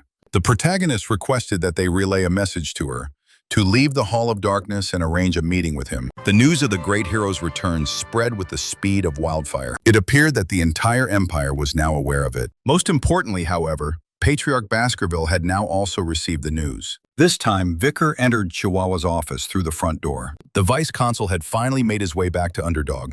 Pomeranian was overjoyed to see her uncle once more. The girl proudly presented a small mouse she had captured, and Chihuahua reported that, thanks to Cindy, all the city's problems had been resolved. There was one issue, however, that she had been unable to fix. Recently, children from the poorer districts had been vanishing without a trace, one by one. These were clearly not kidnappings for ransom, as there had been no contact with the parents. It seemed as though the children were being taken by monsters. There was no concrete evidence, but Chihuahua was sure that a single individual was behind it all. Suddenly, a terrible thought occurred to Vikir. This series of disappearances in Underdog was distressingly similar to the situation he would be accused of in a few years' time in his past life. These events were connected in some way. His train of thought, however, was interrupted by Pomeranian. She pointed out that the mouse she had caught earlier had somehow returned to life. Vikir and Chihuahua were frozen in shock. The protagonist quickly grasped the situation.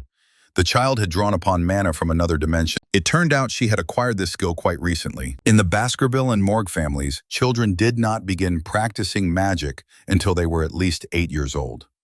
Yet the 5-year-old Pomeranian was already manipulating mana from another dimension, a rare and almost imperceptible form of power. She was a true prodigy in the art of black magic. If Hugo were to learn of this, he would have her executed without a moment's hesitation.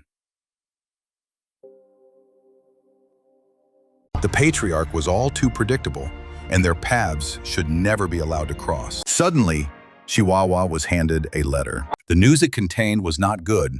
Hugo was already on his way to Underdog. A long silence hung between Vikir and the patriarch. The protagonist had quickly hidden Pomeranian in the adjacent room, praying that everything would be all right. The patriarch immediately demanded to know what his son had been doing all this time. The young man replied that he had been living among the barbarians and now had a plan for their destruction. His strategy was to cut off their food supply from the empire, compelling the barbarians to hunt monsters in return for sustenance.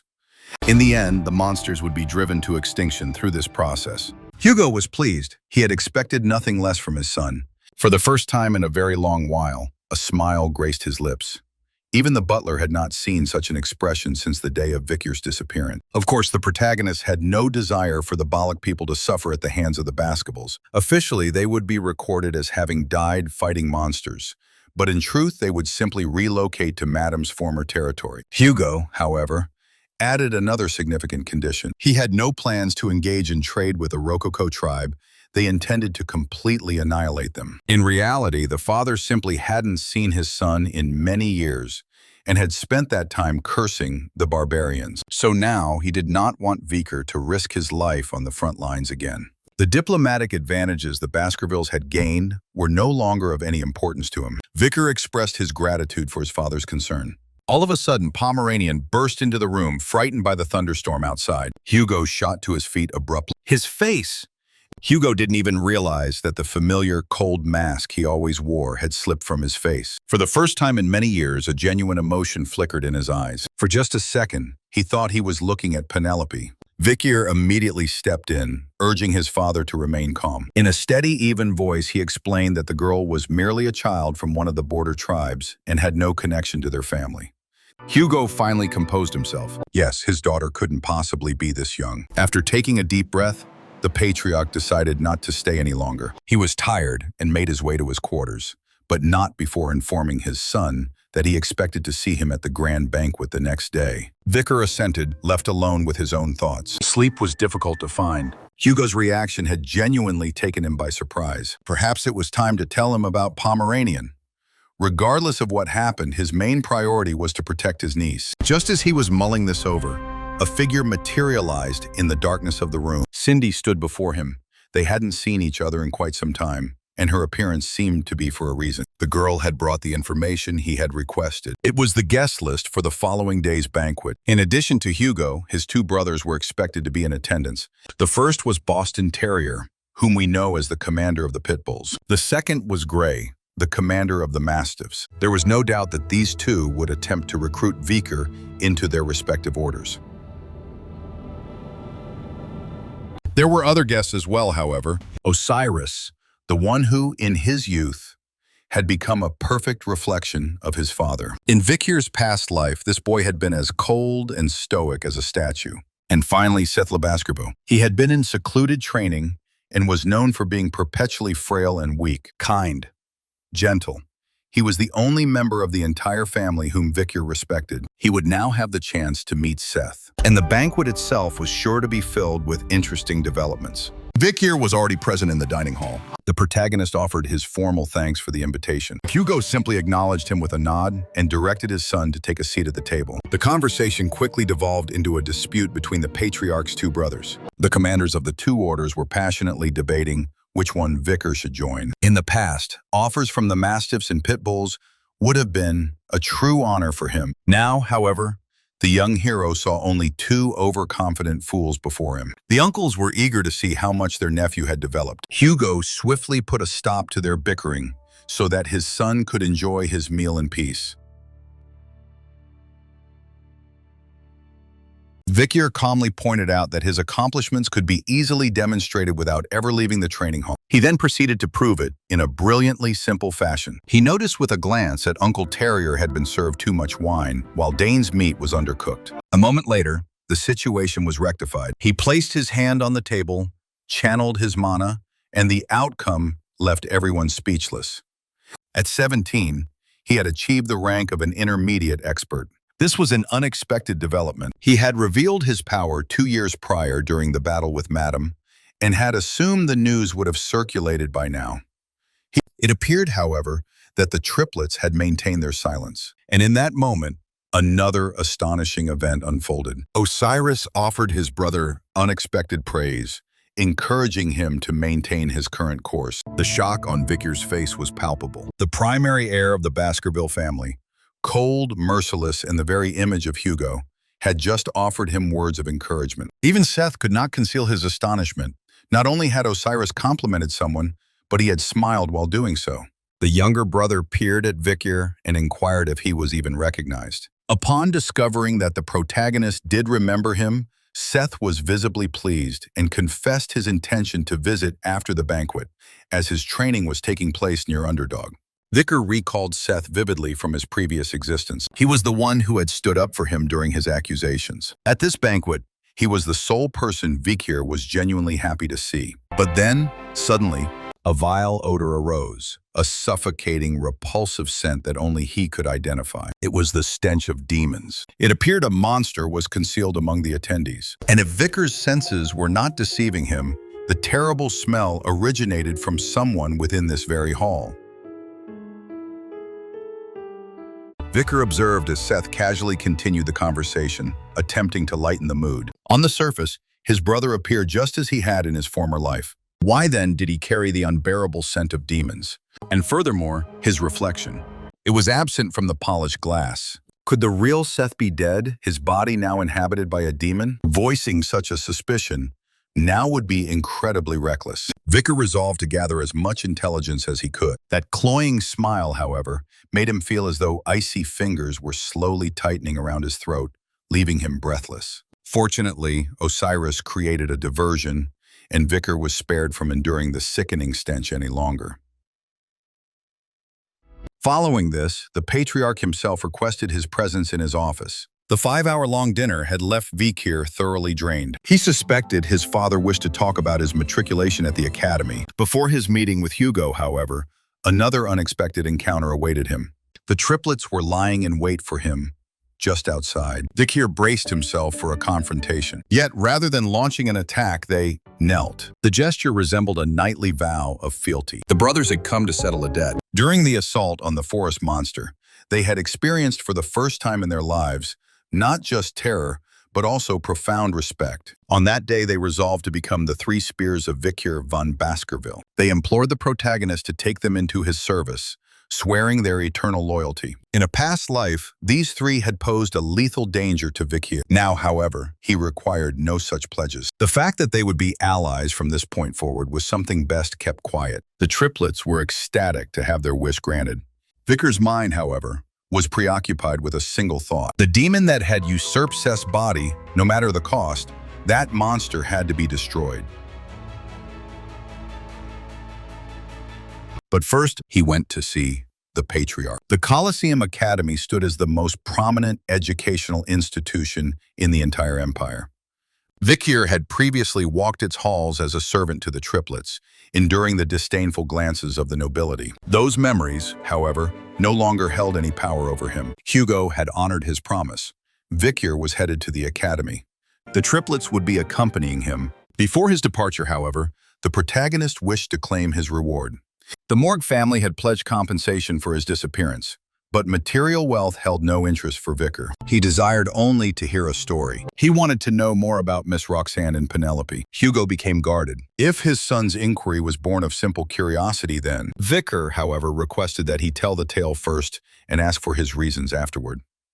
It was plain to see that this was more than just idle curiosity. The patriarch let out a deep sigh. Roxanne was the only woman he had ever truly loved, and Penelope was his most cherished treasure. Theirs was not a marriage of political alliance. She was a common girl with neither title nor fortune. Yet, Hugo recalled their first encounter as if it were yesterday. It had been love at first sight. They had faced their trials as a couple. The Baskerville family had hunted them, dispatching guards, but he had fought to the death to keep Roxanne safe. Together, they surmounted every challenge. And from their love, Penelope was born. He did everything in his power to protect his happiness. Roxanne's health, however, began to decline, and she eventually departed from this world. Fortunately, their daughter blossomed into a kind and radiant young woman. For Hugo, it was enough to know she was well. One day, however, that all changed. Penelope went out for a walk and never returned. She had been abducted by barbarians from the Rococo tribe, who had somehow infiltrated the very heart of Baskerville lands. To this day, Hugo had never found any trace of her. The patriarch fell into silence before turning to Vikir, demanding to know the reason for his interest. The protagonist silently produced the medallion and passed it to his father. He recognized the object immediately. He had crafted it for Roxanne himself and later gifted it to Penelope. The young man then asked, "What would you do, father, if you learned that Penelope's descendant was alive?" He stated calmly, "The patriarch has a grandson." Pomeranian then ran into the hall. When he discovered this girl among the Rococo barbarians, she had called the one who gave her the medallion mother. Vikir had expected Hugo to be utterly floored by this revelation. Would he be able to maintain his composure in the presence of his own granddaughter? Her lineage was undeniable. If she was born among the Rococo, it meant her mother had formed a union with a barbarian. It was the unadulterated truth, and Vikir wanted to witness his father's despair. This was supposed to be the moment his revenge truly began. Events, however, unfolded differently. Hugo and Pomeranian established an immediate rapport, with the girl casually calling him grandpa. Osiris and the butler observed this exchange with pure delight. Vikir simply stood by, Unable to comprehend what he was seeing, the Hugo he knew had simply vanished. What was that expression on his face? Why did he appear so genuinely joyful? This was something Victor could not understand. This day should have been a devastating one for the patriarch of the Baskervilles. So why was he laughing with what seemed to be true happiness? Why did he not look distraught? The butler was sincerely thankful to the young master. He never imagined he would see a smile on Hugo's face again. And Victor couldn't grasp how he himself had been the catalyst for all of this. The protagonist stood before his father, who was now utterly exposed. Why then did he suddenly feel so powerless? Why was his resolve for revenge suddenly wavering? Even Cindy was taken aback. It was the first time she had ever seen such listlessness on her boss's face. The girl's late-night arrival was not without reason. She had already compiled all the necessary intelligence on Seth, and through a thorough investigation, she had uncovered something quite compelling. The Baskerville heir had been secretly funding orphanages under a false name. There was, however, no record of what happened to the children who were taken from those institutions. If Seth was indeed a demon, it appeared he had been abducting children for his own nefarious purposes. What was even more alarming was his connection to the case of the missing children in Underdog, a detail Victor had overlooked. This implied that even in his past life, he had been unknowingly in the service of a demon. Seth had always expressed sympathy for him. This just couldn't be true. The evidence, however, all pointed to the same conclusion. Seth had in fact been kidnapping children. He would bring them to his cave, where something horrifying would take place. The creature was feeding. Seth was one of the 10 elite demons, Andromelius. What he had already done was not enough for Seth. The demon aspired to build an entire organization dedicated to raising children like livestock. The 8th demon was, of course, opposed to this, deeming it too great a risk. Humans might discover their existence. The monster also cautioned him against broadcasting his stench, as the Baskervilles possessed an exceptionally sharp sense of smell. Seth, however, had anticipated this and had placed traps around his hideout. The 10 elite corps were supposed to be concentrating on opening the gates that would bring about the world's ruin, all in the name of humanity's destruction. With that, the 8th demon vanished. Seth, however, remained unsatisfied. Victor was a problem, and he needed to be eliminated as soon as possible. In the meantime, Victor was walking with Hugo. The patriarch was well aware of the depth of his son's hatred for him. He had consistently treated his own offspring like hounds of war, dispatching them on perilous missions. His cruelty toward Victor had begun in the boy's childhood, all driven by his desire for vengeance against the barbarians.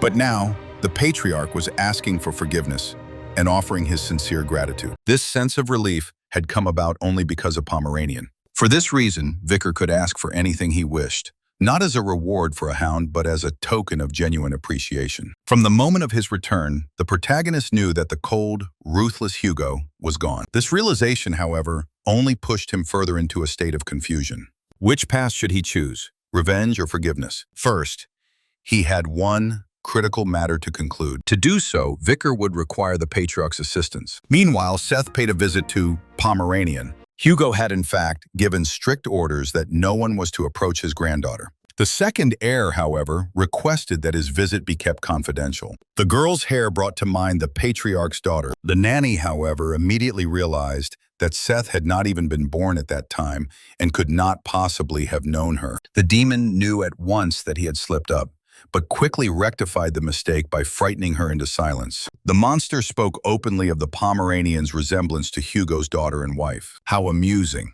If he were to kill her, how much agony would the patriarch endure? Seth was unexpectedly cut off. Osiris appeared at the very moment his brother was alone with Pomeranian, and asked with surprise what he was doing there. The demon immediately went on the defensive, claiming the nanny was gone when he arrived. Osiris knew full well that Hugo would be furious if he learned of this, so the brothers agreed to keep the matter between them. Despite the circumstances, Osiris expressed genuine concern for Seth and even offered his help. These words, however, stung the demon like poison, reaching its very core. He departed at once.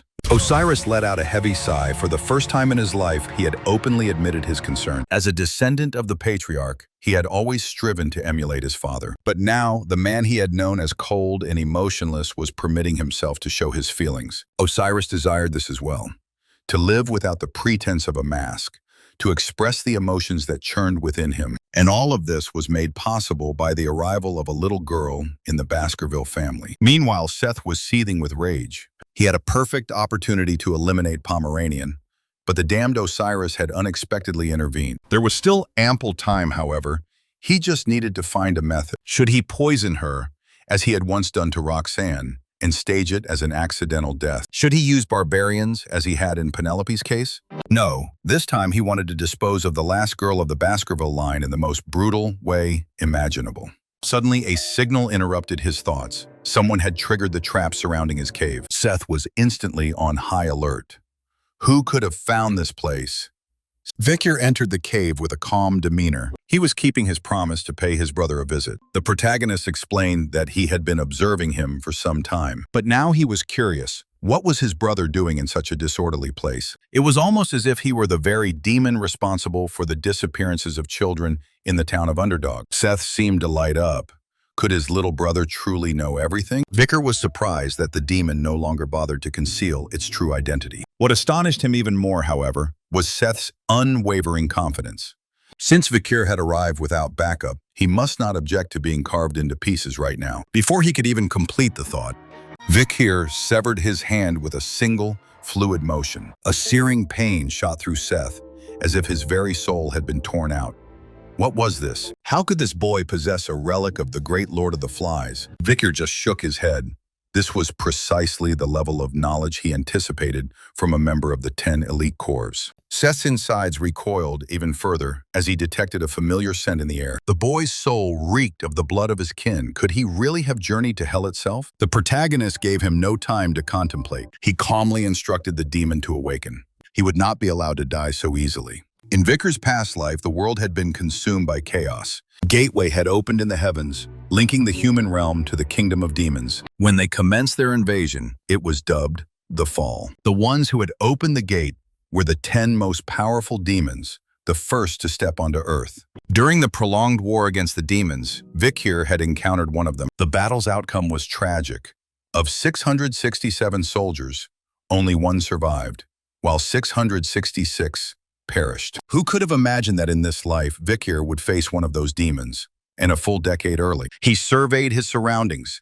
Did all these skeletons belong to children? A storm of rage began to build within him. Seth noticed this at once, and smugly announced that they were all inside of him now. And if Vicar was so distressed, perhaps the demon could bring them back? A sharp swing of the sword was his answer, and the demon's hand was sent flying to the ground. It regenerated within seconds, however. Seth now understood that his opponent was not to be taken lightly. His power, combined with the presence of the great Lord of the Flies relic, meant only one thing. Vicar had to be eliminated immediately. Vicar himself, however, had no intention of dying so easily. Employing the 7th Baskerville technique, he left Seth utterly astonished. The demon had no idea a son from a collateral line was capable of such a feat. Vicar, however, knew the mindset of demons. They invariably viewed humans as inferior beings and considered themselves invincible. Deceiving an arrogant monster, therefore, was a simple task. In his past life, the heroes who had sealed the demon gates had failed to locate and eliminate the 10 elite corps. But now,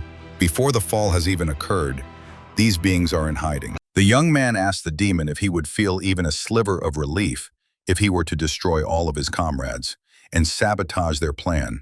An overwhelming fear gripped Seth. He was being intimidated by a mere human. Was such a thing even possible? Without providing an answer, he dissolved into a swarm of blood spikes. This was so he could reappear before Vicar in his true form. His gaze burned with malice. He hadn't anticipated this level of power from the boy. But this was not the end. Demonic serpents swarmed around Vicar and began a relentless assault. One of them managed to land a bite. A sinister smile spread across Seth's face. That was it. His power was derived from the endless absorption of blood. This ability was intrinsically linked to the fluid. If Vicar were to lose all of his blood, he would simply perish. Vicar maintained his smile, a fact that infuriated Seth to no end. The demon couldn't fathom what could possibly be amusing about the situation. It was quite amusing to Vicar, however, how this self-satisfied monster had no idea what it was actually ingesting. Suddenly, the demon's body seemed to seize up from within. He realized with dawning horror that this was no ordinary blood. Meanwhile, Vicar theatrically activated his regeneration. further stoking his opponent's panic. The demon couldn't comprehend how a simple human could possess such a diabolical skill and a poison that could harm even demons. The only beings known to possess such a deadly toxin were a cunning spider from the Red and Black Mountains, a 9-headed hydra, and a giant jellyfish from the depths of the Black Sea. It now became clear Madame's poison was potent enough to affect even the 10 elite corps. The spider herself, it seemed, was enraged that her venom had failed to finish off its target. That was more than enough for Vicar, however. By merging the 7th Baskerville technique with the powers of Beelzebub, he could already stand as a worthy adversary to the 10 elite corps. Seth could not wrap his head around how this boy had amassed such strength. In his current predicament, there was only one course of action: flee and alert the other demons to the spy's existence as quickly as possible. But Vicar was given no respite. He was now surrounded by blood warriors. All of these beings wielded the 6th Baskerville technique, which Seth himself had once mastered. The demon had made his decision. He would kill Vicar and then eliminate everyone he held dear. The situation was indeed worsening, but Vicar was prepared for it. He produced a black whistle. It was the same one that Seth, as a member of the Baskerville family, recognized instantly. A sharp, unbearable sound sliced through the air, echoing throughout the mountain. This time, Vicar had utilized the whistle's second function, to mobilize all of the family's forces. And in an instant, the entire mountain trembled from a powerful impact. Hugo finally understood why his son had requested that particular whistle. It was for the purpose of slaying a demon. The entire family stood frozen, awaiting the command, and Vicar gave it: tear the monster to pieces.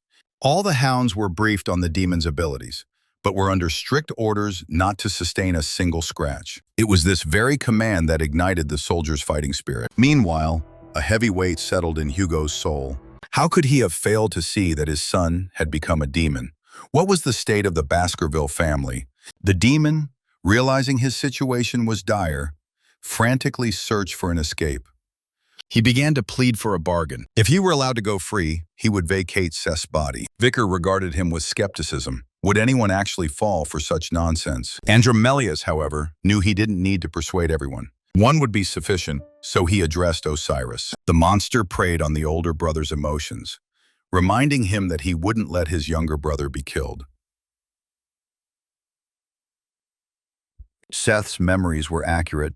Osiris was the kindest member of the family, and this was now his final opportunity to save his brother. Osiris drew closer. The demon immediately began to impersonate Seth, speaking in his voice and insisting he was still alive. He started to beg for forgiveness, for selling his soul to the demon, pleading for a chance to atone. Osiris, however, did not even listen. The blade of his sword was the only reply. He felt a deep sadness. But this was the only thing he could do for Seth. Vicar told Osiris that he shouldn't hold himself responsible, but he understood that he was the one to blame for everything. If only he had looked after his brother more carefully in his youth. Suddenly, a hound cried out. The monster's head had been sent flying. Even in its final moments, the demon let out a smug laugh. His brothers would surely fare much better. The young man knew at once he couldn't make that shot from this distance. But then Hugo spoke, stating that a swordsman should never turn his back. The demon shuddered. Where was this strange sensation coming from? Why was he so terrified? And then he understood this was the instinct of the weaker in the presence of the stronger. Hugo swung his sword. A single blow was all it took to dispatch the demon. This was Hugo's holy sword, the Baskerville. It was the true power of the sword master. The very next day, the news spread to every inhabitant of the Baskerville territory. It concerned the sins of the patriarch's second heir, Seth. The truth of his demonic nature was, of course, kept hidden, but he was charged with a multitude of crimes. And this event served as another reminder that the laws of the Baskerville family were applied to all, without exception. Osiris was placed in charge of the investigation. In truth, however, a loyal assistant, Vicar, was operating behind the scenes. Within a week, the two of them had resolved all the critical issues. Now that no trace of demons remained among the Baskervilles, they could finally breathe easier. Vicar, however, still tasked Cindy with finding any information on other hidden monsters. Osiris was filled with pride for his younger brother. This incident, however, had postponed his departure for the academy. But Vicar was not to worry about family matters. This was the patriarch's decision. Osiris explained that their father feared his youngest son would become entangled in political schemes and power grabs. And surprisingly, the older brother had recently started to understand his father. Hugo had always genuinely cared for them. He just had no idea how to express it. Vicar's attention shifted to his father. He was carefully braiding his granddaughter's hair, and Pomeranian was beaming with joy. The protagonist once again viewed everything through the lens of his past. He had once lived in bondage, seeing only Hugo's back and obediently following it. That was why he had never realized that the patriarch himself also wore his own collar. But he knew more now. Experience, fate, despair, and most importantly, hope. This is the emotion that floods you when you are finally freed from your chains. And now, Vic here understood the most crucial thing. The Hugo he had so desperately wanted to take revenge on no longer existed. The past no longer had a hold on him. He smiled with satisfaction and accepted Osiris's offer to attend the academy. The past, however, still hadn't completely released its grip. His true vengeance was only just beginning. It was aimed at those who had been the source of all his troubles from the very start. At last, the day of the entrance ceremony for Colosseum Academy had come. The student body at the academy was split into two divisions. The Ice Squad, composed of experts in swords, spears, bows, and any other cutting or piercing weapon. And the Fire Squad, which was made up exclusively of magicians. This year, several new names stood out during the entrance examinations. Among them were Tudor from the Don Quixote family, a master of the sword, and Bianca from the Usher family, a legendary archer. Following them were the Baskerville triplets. Another rising star was the sorceress Sinclair, who had placed first in the practical exam and second in theory. The top student in the theoretical category, however, was an unknown boy named Vicar. The protagonist had intentionally concealed his surname to avoid drawing unwanted attention, so he was assumed by everyone to be a commoner. He had made this choice so he could navigate the academy freely without raising any unnecessary suspicion. At the heart of all this academic activity was the academy's president, Dolores Quo Vadis. She was the one person Vicar had to avoid at all costs. Forgive this large influx of names and details. Later, they will all coalesce into a coherent picture. Vicar was assigned to a room with Piggy, a boy he remembered fondly from his previous life. Piggy had always been kind and genuine. In the past, when Vicar was serving the triplets, this boy had consistently offered him help. Back then, Piggy was tormented by his roommate, and that was only the start of his hardships. This time, however, things would be different. As soon as they met, Piggy began to chatter about the party for new students. Vicar listened, but had no plans to attend. The boy tried every trick to persuade him, even sharing gossip about the most popular students. The protagonist, however, remained firm in his decision. I did manage to confirm that Piggy was, as before, a true master at gathering information. He even confessed that he wished he could learn the same level of detachment.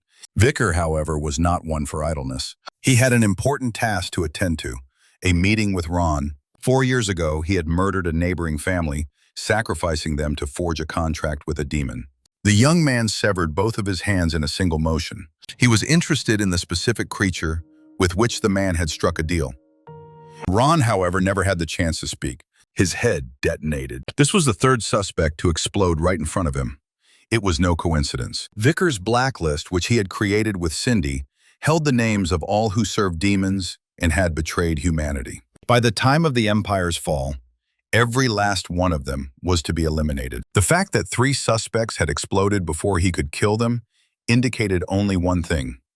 It was the work of a demon's special ability, and this demon was lurking somewhere within the capital itself. In a single night, Vicar had investigated 29 suspects, and each time one of them attempted to speak the demon's name, their head would explode. This seemed to be a specific clause in their contracts. There was no new intelligence, but what more could be expected on the first day? The protagonist thus decided to head back to the academy. To his surprise, the welcome party for new students was still in progress. The young man decided to look in, just in case.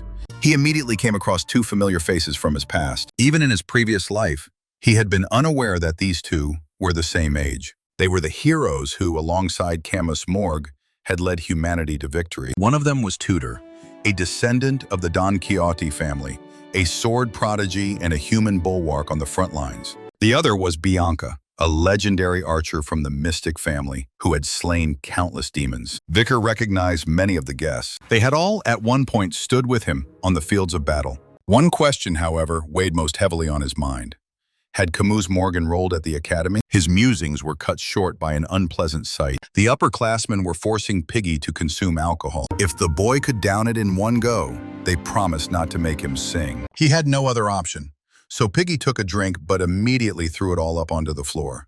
They had already bestowed a demeaning nickname upon him. Suddenly, Vicar was there, covering the mess with his cloak. Last time, Piggy had been forced to leave the academy, unable to withstand the constant humiliation. He had then taken a job as a minor official, caring for his elderly parents. They had met again later, however, this time on the front lines, where Piggy had become one of the few who volunteered. His strategic mind had saved an incredible number of lives, and that level of respect was thoroughly earned. The protagonist calmly told his friend to return to the dormitory, and he could not simply watch as he was being demeaned. The upperclassmen, naturally, were not pleased. One of the students struck Vakir across the cheek, muttering that he was getting too bold. Hugo's triplets were already simmering with rage. Someone had dared to lay a hand on their master. Before they could intervene, however, Vakir forbade them from revealing his status. Otherwise, it would be the end for them. Then, one of the older girls proposed a solution. If the newcomer would drink for two, they would be allowed to leave. The protagonist silently lifted his glass and began to drink. The upperclassmen whispered among themselves that the glass was filled with the most potent, fiery concoction. Vakir emptied his glass, took Piggy, and turned to leave. Suddenly, a hand gripped his shoulder. It was at this moment that the two most powerful students, Bianca and Tudor, felt a terrifying surge of energy. Vakir, with a quiet yet firm composure, asked what more they wanted from him. There was no reply. Hugo's triplets were ecstatic. The scene was nothing short of legendary. Those two simply dismissed the event. Sinclair, however, knew at once that she had encountered someone truly remarkable. At the academy, the Ice and Fire squads shared their lecture halls. This arrangement fostered a unique atmosphere of constant competition among the elite. The professor of combat theory had just concluded a lecture on the cultures of barbarian tribes. His question was straightforward. Where might the stronghold of these tribes be situated? Tudor struggled with theoretical subjects. Bianca was not known for her academic prowess either. Sinclair, however, could answer any query with clear, confident, and unwavering accuracy. As she spoke about tribal customs, Vikir's mind was somewhere else entirely. The horrors of the previous night replayed in his mind. 29 bodies, all possessed by demons, each with an exploding head. If this was indeed the work of one of the 10 elite corps, then he already had an idea of where they might be concealed. His train of thought, however, was broken by Piggy. The professor grew angry, believing the student had fallen asleep during the very first lecture. Vicar calmly stated that he had not been dozing. This only served to further enrage the teacher, who was now convinced a true psychopath had been admitted to the academy. So he decided to make an example of the insolent student. If his answer was incorrect, the entire squad would suffer a point deduction. The question pertained to the stronghold of the enigmatic Balik tribe, about which very little was known. Vikir, however, delivered an answer of flawless precision and detail. The professor was momentarily frozen. What was this? It was a theory that had yet to receive validation from the scientific establishment. It dawned on him that the student who had achieved the highest mark on the theory examination was sitting right before him. Observing such intelligent individuals made Tudor's fists clench. He wondered if this bookworm would have any prowess in a practical setting. Rugby was a favored sport at the academy, though played without the use of mana manipulation or weapon. And in this particular game, Tudor was the undisputed star. He wanted to avoid a direct confrontation with the Baskerville monsters, so he maneuvered around the triplets. And then he set his sights on Vikir. He decided to have a bit of fun with him, to see how this supposed nerd would fare. The moment he made contact, however, he was sent flying and lost consciousness. It happened in an instant, and Vikir realized his display might look suspicious. Therefore, he also feigned being a victim without a moment's thought. Tudor was completely bewildered. He had no idea what had just transpired. He could only recall one thing, his intention to collide his shoulder with that nerd. And now he was certain he needed to reevaluate his hypothesis. Even the girls watching from the sidelines had observed that the fencer wasn't charging for the ball, but directly at Victor. This time, the Baskerville triplets attempted to intervene, but their efforts were futile. Tudor had employed the signature running technique of the Azure Spear family. The final image he registered before his world went dark was Victor's calm, utterly unfazed expression. He regained consciousness after the game had concluded, with a giant figure standing over him, his friend, Sancho, who had carried him from the field. Sancho understood his friend's predicament well. Something was not right with this new student. And this time, he intended to uncover the truth himself. Sancho Barataria, a member of the Northern Trade Guild Association, was renowned for his extraordinary physical prowess. As a matter of principle, he did not play rugby.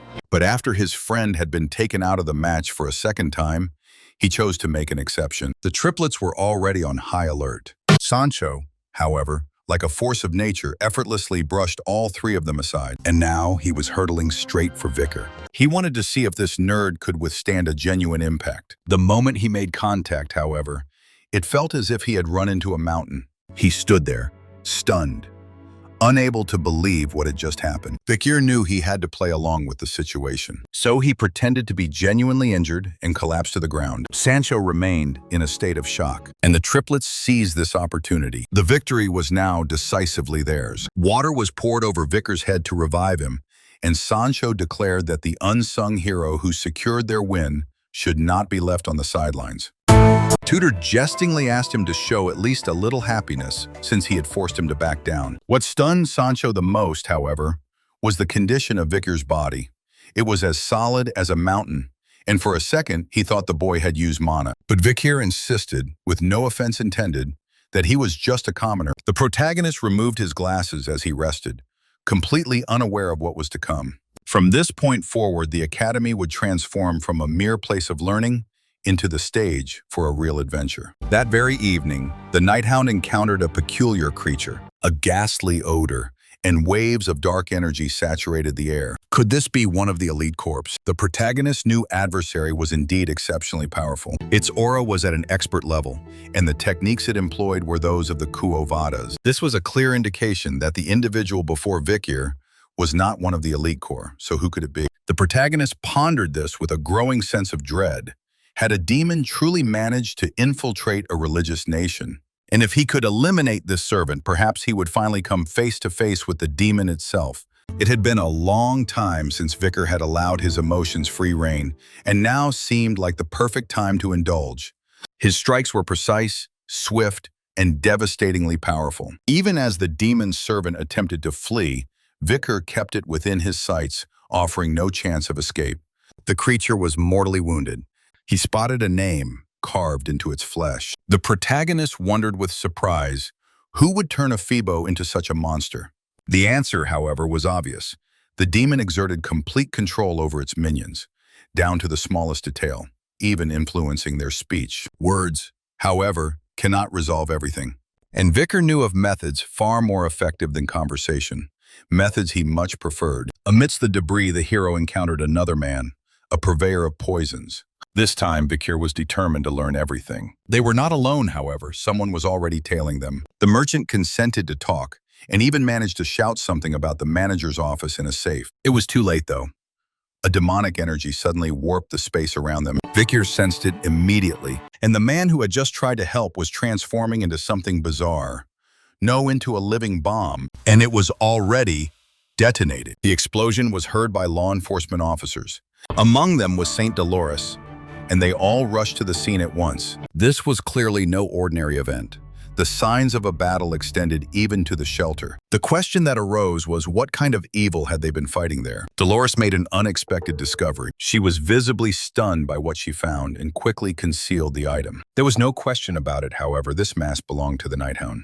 The explosion had allowed Phoebo to erase his trail. The only thing left for Victor was the ledger from the shelter director's safe. It was filled with horrifying entries, addresses and personal information of children who were being served as food for demons.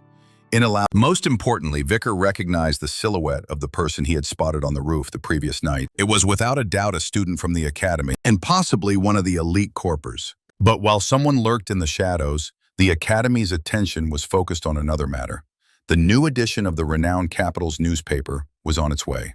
It was produced by the team of the Lukian Newspaper Club, a project of considerable influence. The club's leader was Saint Dolores, a third-year student known for her flawless reputation and commanding charisma. She was now addressing the new members. To be brief, as you are already familiar with most of them, Tudor joined because he aims to be first in everything. Sancho joined because he was weary of being seen as nothing more than brawn. Sinclair viewed the club as a means to gain power. Bianca was drawn to their straightforward way of thinking, and Piggy simply reveled in analyzing information. The club was a perfect match for him. Vicar had merely tagged along with his friend. In truth, however, he knew full well that this was where he could acquire the data he needed. The only thing he disliked was the presence of Dolores. The tranquility did not last long, however, as everyone immediately recognized Vicar. Anna, a colleague of the Saint, had published a whole article about him just the day before, the hot new student who had taken out Tudor in a rugby match. Journalists, however, are never idle. The newcomers were promptly given their first task. They were to write a piece on the explosion and the burned-out shelter. The initial step was to come up with a headline. The new members, however, were short on ideas. All their suggestions were either too morbid or too unoriginal. And then Dolores whispered softly, "Night Hound." This was the very mask she had discovered at the site of the explosion. Its owner was that same quiet stranger, humble, poor, yet willing to lay down his life for others. She was convinced the Hound had a reason for stealing the Saint's tear. Even if he was a criminal, he had a motive. Anna concurred. Night Hound sounded powerful. Enjoy enigmatic and slightly menacing, exactly what they needed. It was only then that Dolores realized she had spoken her thought aloud. Tudor glanced at Vikir and asked for his opinion. The protagonist feigned indifference. Internally, however, he had already made up his mind. This Hound was certainly no hero, and therefore, he must be a thief. Suddenly, Dolores looked up and asked sharply where Vicar had gotten such confidence. The young man couldn't offer a clear reason for his certainty. Dolores was quick to remind them that as journalists, their duty was to report only verified information. A single careless word, after all, could destroy someone's life. Therefore, to accuse the Hound of the explosion and the deaths of the children was going too far. The Saint maintained a neutral stance, even though the destroyed shelter had ties to her family. Just then, she was urgently summoned by one of the instructors. He demanded a definitive answer. The Hound is guilty, full stop, and he wanted the article published the next day with this message. Dolores, however, was not one to back down so easily. She went to negotiate, and in that moment, she carried herself like a true queen. This was exactly how Vicar remembered her from his past life, when she had led armies to the front lines. He had been worried that the Saint would interpret the Hound's actions as malicious, but this girl was only interested in the truth. Meanwhile, the rhythm of life at the academy went on. Every morning began at 6, with the sound of a siren, calling everyone outside for exercises with an instructor and a short run. After their morning routine, they had free time. The four friends were taking a walk around the campus. Tudor, Sancho, and Piggy were discussing their weekend plans, hoping to escape to the city for some relaxation. Vicar, however, had to work, mandatory volunteering. One of the instructors clearly had it out for him and would find fault with him for any reason. Vicar told his comrades to go on without him. They didn't even consider it, however, deciding that volunteering also sounded interesting and that they wouldn't desert their friend. Tudor couldn't deny the pull he felt toward Vicar. He was like an older brother, calm, self-assured, with an inner strength. Vicar already projected the aura of a natural leader. And it was these boys who would later become heroes who were the first to align themselves with him. Then suddenly a pungent odor spoiled the moment. Vicar knew instantly who he was dealing with. He asked Piggy for the identity of this person. It turned out to be Bane, a second-year student who was considered the most handsome boy at the academy. The thought of attacking even crossed Vicar's mind. It was too great a risk. However, especially with his friends nearby, he abruptly claimed to feel unwell and departed. His thoughts were consumed by Bane, and that is precisely why he failed to notice Dolores until she collided with him at full speed. The poor girl tumbled down the stairs, feeling as though she had run into a stone wall. And this wall hadn't even budged. Who was this Vicar? Meanwhile, Bane himself had led the girls to a secluded area. He claimed he wanted to confide something personal. A strange guy, he said, had appeared and was constantly bothering him. He couldn't even eat properly because of him. And it seemed this guy had already figured out that Bane was from the academy. The girls were moved and promised him their unwavering support. It was too late, however. The creature had already begun to consume its victims. slowly and methodically. Bane was certain that the mysterious boy in the plague mask was connected to Andromelius's death. Now, a little more about the ninth corpse, Dentalian. He commanded an extensive network of servants who were gathering intelligence on the plague doctor. This was the same stranger who had suddenly started meddling in his affairs. He had been acting much more cautiously since the explosion, but he was still a threat. Dentalian's specialty was his collection of faces, which he gathered as others might collect trophies. And now he had instructed his slaves to scour the city and locate the plague doctor. His actions had led to the death of the 10th corpse, forcing a delay in the opening of the gate. A fact that greatly annoyed the demon. He desperately needed an outlet for his frustration. Soon, Dentalian had a meeting with Dolores. This time, he was wearing the face of Sir Quietly, the head of a collateral branch of the Cuevades family. The saint could not abide this man. He made a profit from the sins of the wealthy, selling them purification for exorbitant sums of money. And as Dolores said, no God will save people like that. Quietly only responded coolly that his actions were in line with church teachings. That marked the end of their conversation. Internally, however, Dentalian was struggling to control himself. He had a desperate desire to add Dolores's face to his collection. To him, she was the most beautiful thing in this world.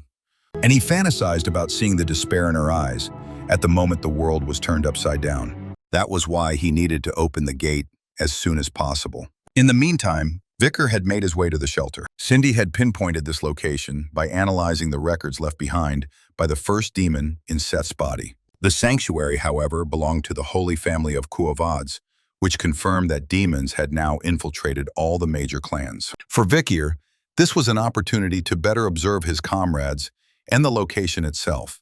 The situation, however, was far from straightforward. This shelter was on an entirely different scale.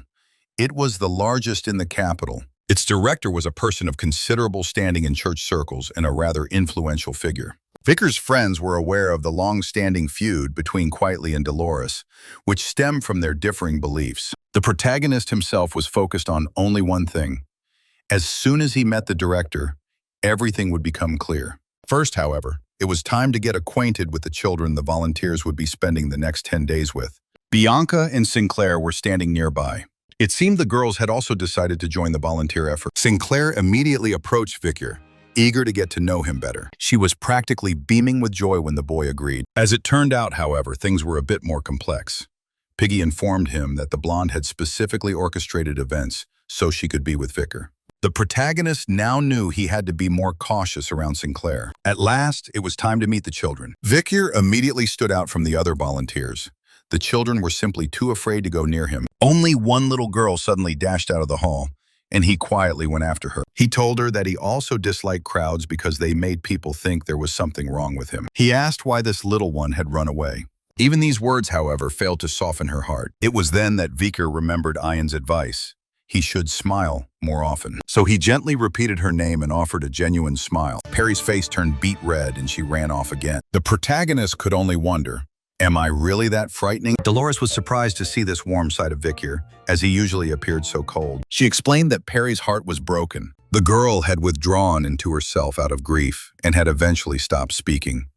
At first, the volunteers tried to stay by her side, but eventually, their busy schedules pulled them away, and they simply disappeared. Perhaps she was just weary of saying goodbye. And then Vicar saw something that made his blood run cold. He abruptly clamped his hand over Dolores's mouth. Quietly was walking down the hallway, discussing cleansing with some wealthy man. Vicar silently prayed that the saint wouldn't make a sound. He didn't need anything more to recognize the same stench he had encountered at the academy.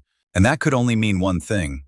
One of the 10 elite corps was standing before them. Dolores could no longer put up with this clandestine observation. But then, their worst fear was realized.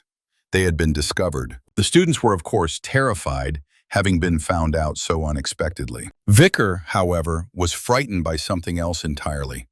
The same stench that emanated from the demon's personal guard.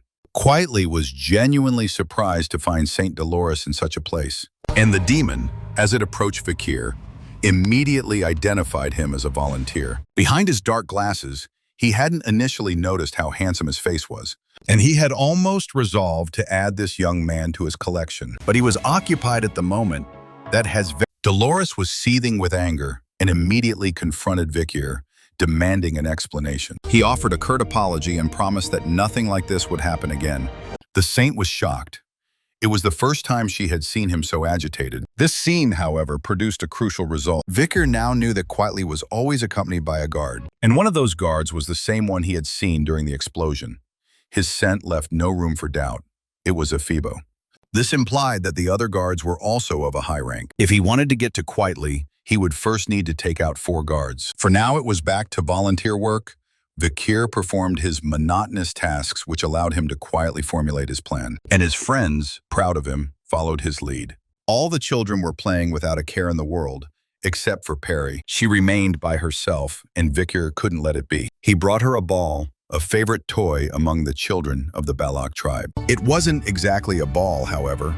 It looked more like an egg from Madame Octopus that was on the verge of hatching. But Perry was happy, and that was all that mattered. Sinclair was observing Vikir at this moment. She had no doubt that he was a genuinely good person. That was why she had come. She wanted to be closer to him. Their warm moment, however, was suddenly ruined by a mishap.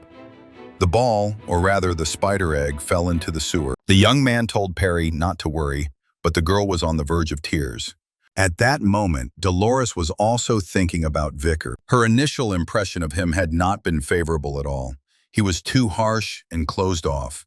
After speaking with other students, however, she realized he offered help wherever it was needed. He had earned their respect, so the issue was clearly her own biased perception. Perhaps he had even learned of her conflict with Quietly and had covered for her. This certainly warranted an apology. Just as she was about to offer one, however, she witnessed a rather startling scene.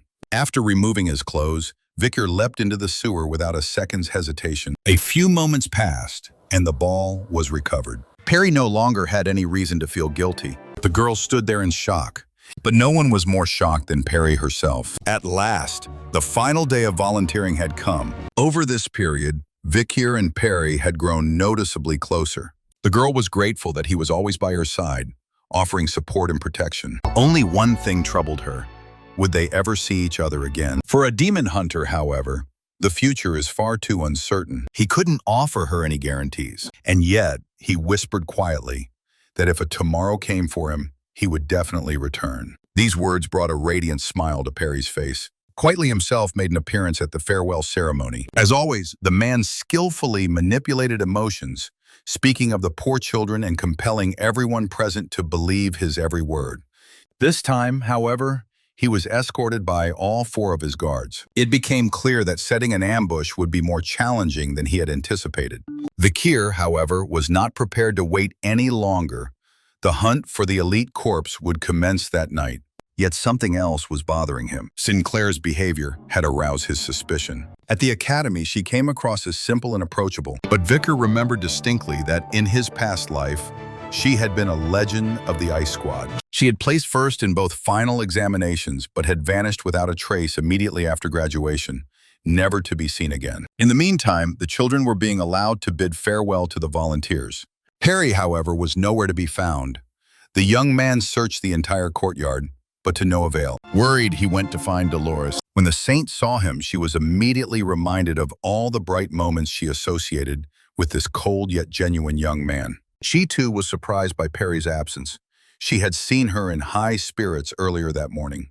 Everything clicked into place in Vikir's mind. This was the work of a demon. Quietly's guards had been given a specific assignment: to maintain a perimeter around their master. Vikir, however, seized an opportunity and approached Ephibo. His question was strange and unexpected.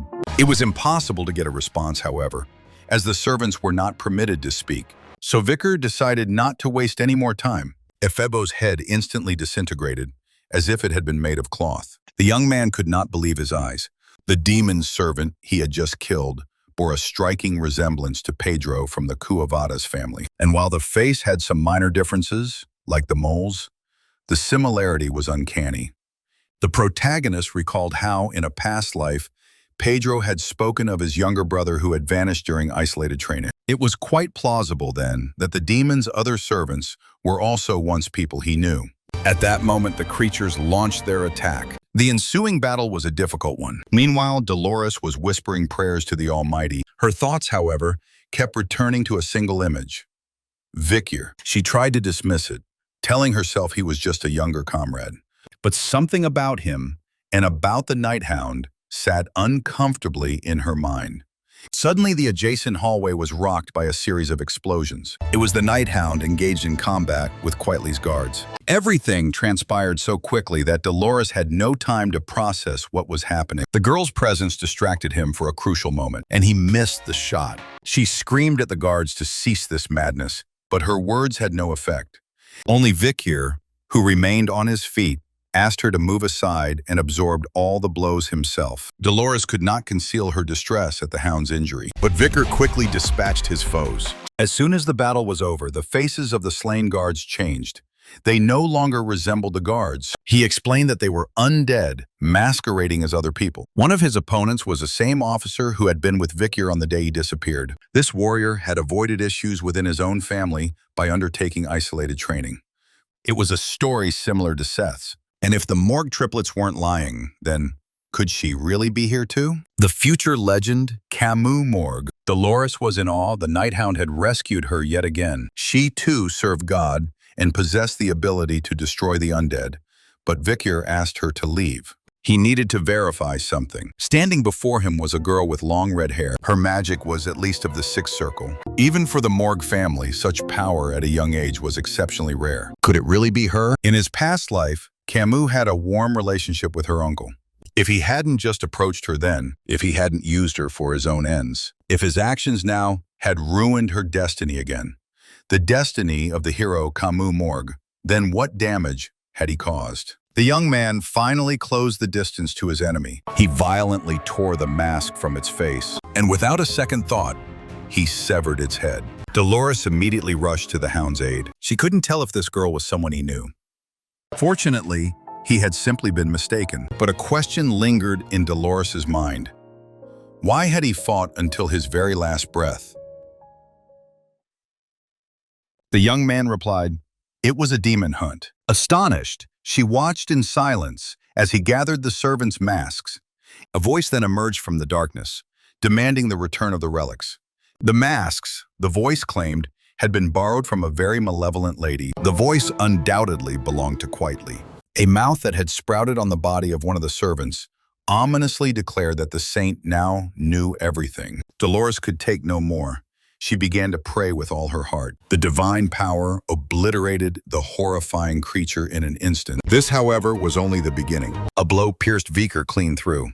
The demon questioned if the saint was truly prepared to fight him. Young, inexperienced, with only a modest swordsman as a partner, who was she attempting to deceive? But even if her bravery was just an act, he wouldn't fall for it. And yet, the demon was pleased. The saint was finally within his grasp. Vikir then realized something critical.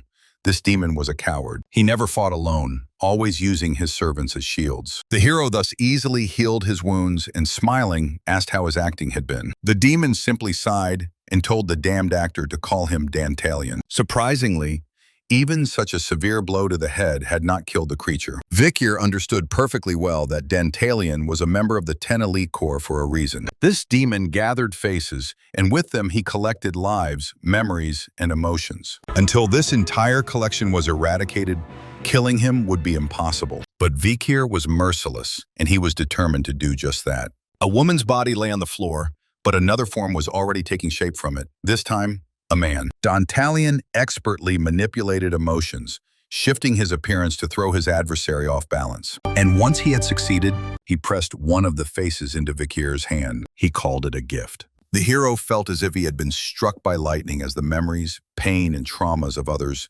flooded his consciousness.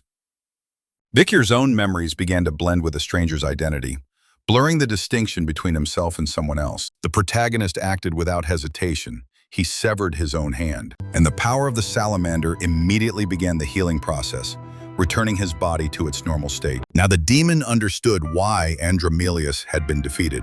A direct confrontation with such an opponent would not be possible, so he shifted his focus to Dolores. He could see that the saint was the night hound's weak point. She herself insisted that he not worry about her, but Vikir could not risk losing the person who served as a pillar for the heroes. This battle was far too brutal. If things were always to be this way, the hound would have to continue fighting alone. Dolores had to summon her courage but fear held her paralyzed. And yet, she knew she had no right to let him fight alone. Dantalian attempted to shatter her faith, to intimidate her and crush her from within. Meanwhile, Vicar continued to fight. Amidst the swirling mass of faces, he suddenly recognized Perry, and this brief, almost imperceptible moment of weakness proved to be fatal. The young man found himself in a strange, unsettling space. A large group of children was seated before him. The last thing he remembered was being completely consumed by Dantalian's power. It seemed these children had met the same fate. They had all been swallowed by the demon. A slow horror began to creep under his skin as the trauma, fear, and painful memories of the victims washed over him. But Vicar was not about to give up. He had a goal: to find Perry. Meanwhile, Dolores had also found herself within this cruel illusion. She understood at once. All these children were merely fragments of souls, torn asunder and held captive in darkness. The mere thought of it made her feel ill. Dantalian was watching her. His words dripped like poison. He claimed that even a saint is not without impurity, that she had just been lucky enough to receive a blessing. In her soul, she was powerless and weak, and without her help, he wouldn't have been able to trap the swordsman in this dungeon. Dolores conceded that everything he said was true, but she added, "People possess the power of faith, and this faith does not waver, even as the world around them shatters."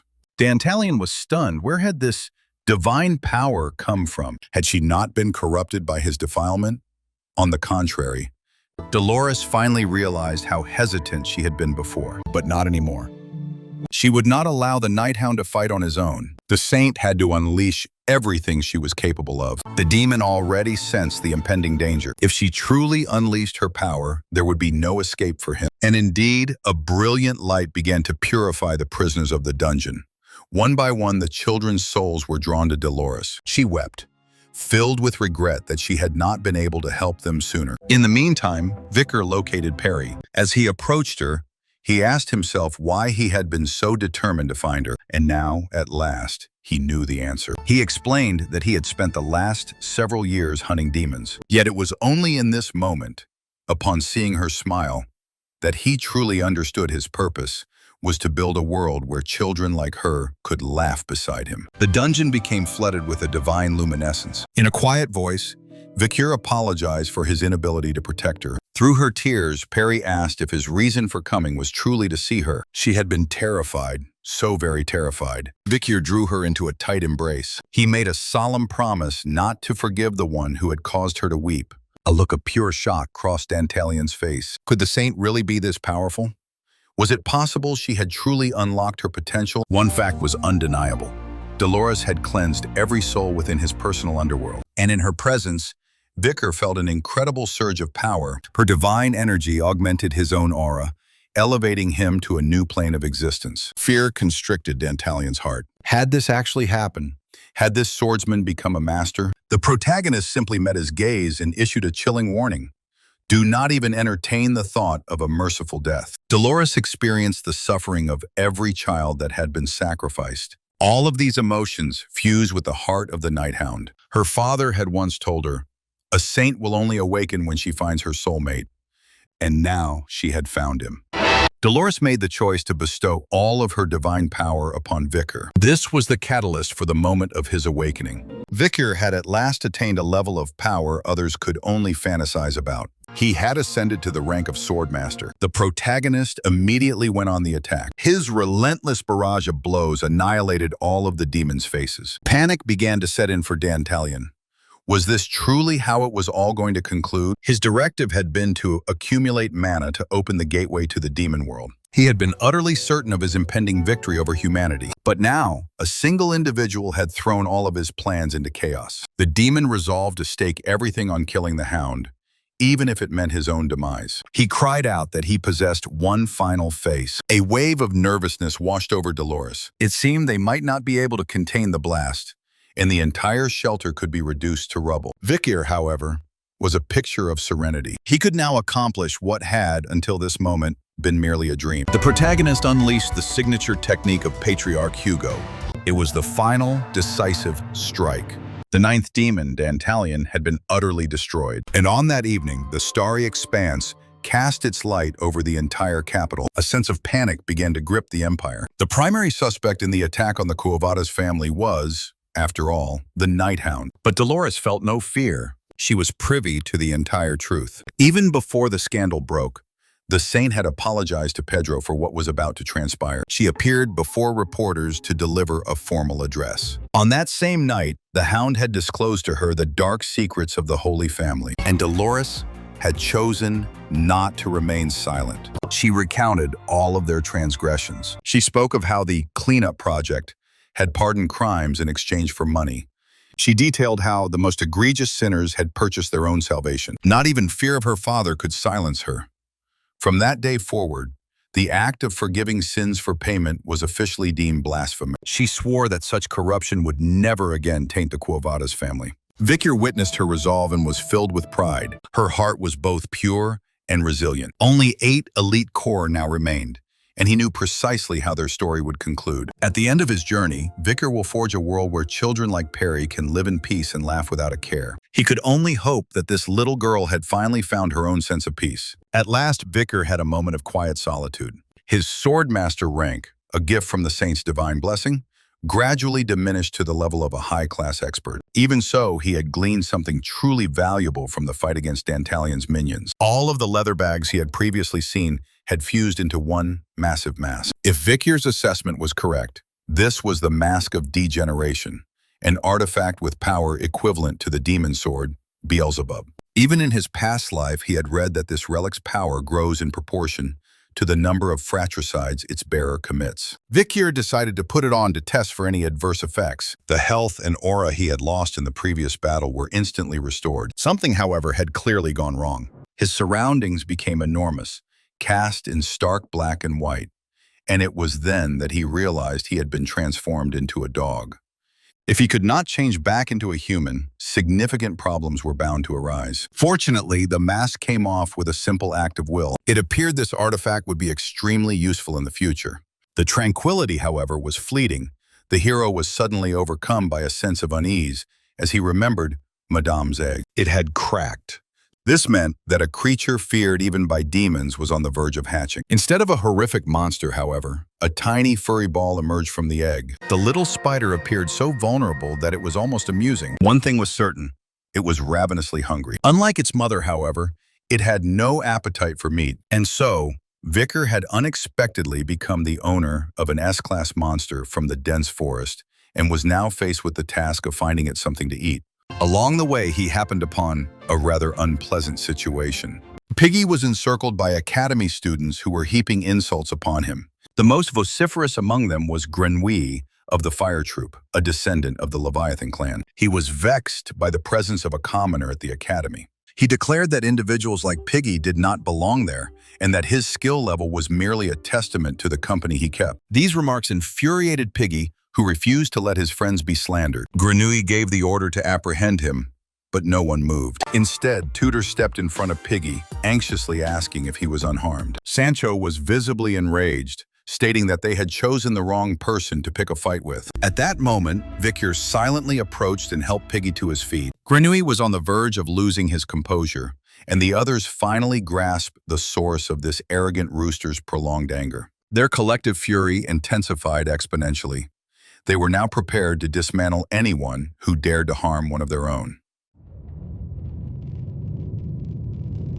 Grenouille's control finally snapped as he yelled that losers always make excuses. Overcome with rage, he lunged at the 4 friends, releasing a thick smoke that resembled a paralytic poison. Suddenly, however, little Madame began to sniff the air. She then proceeded to inhale all the poison, as if it were her most cherished delicacy. Within moments, the air was perfectly clear, and it was time for a civil conversation with the aggressor. Tudor proposed a straightforward but challenging wager.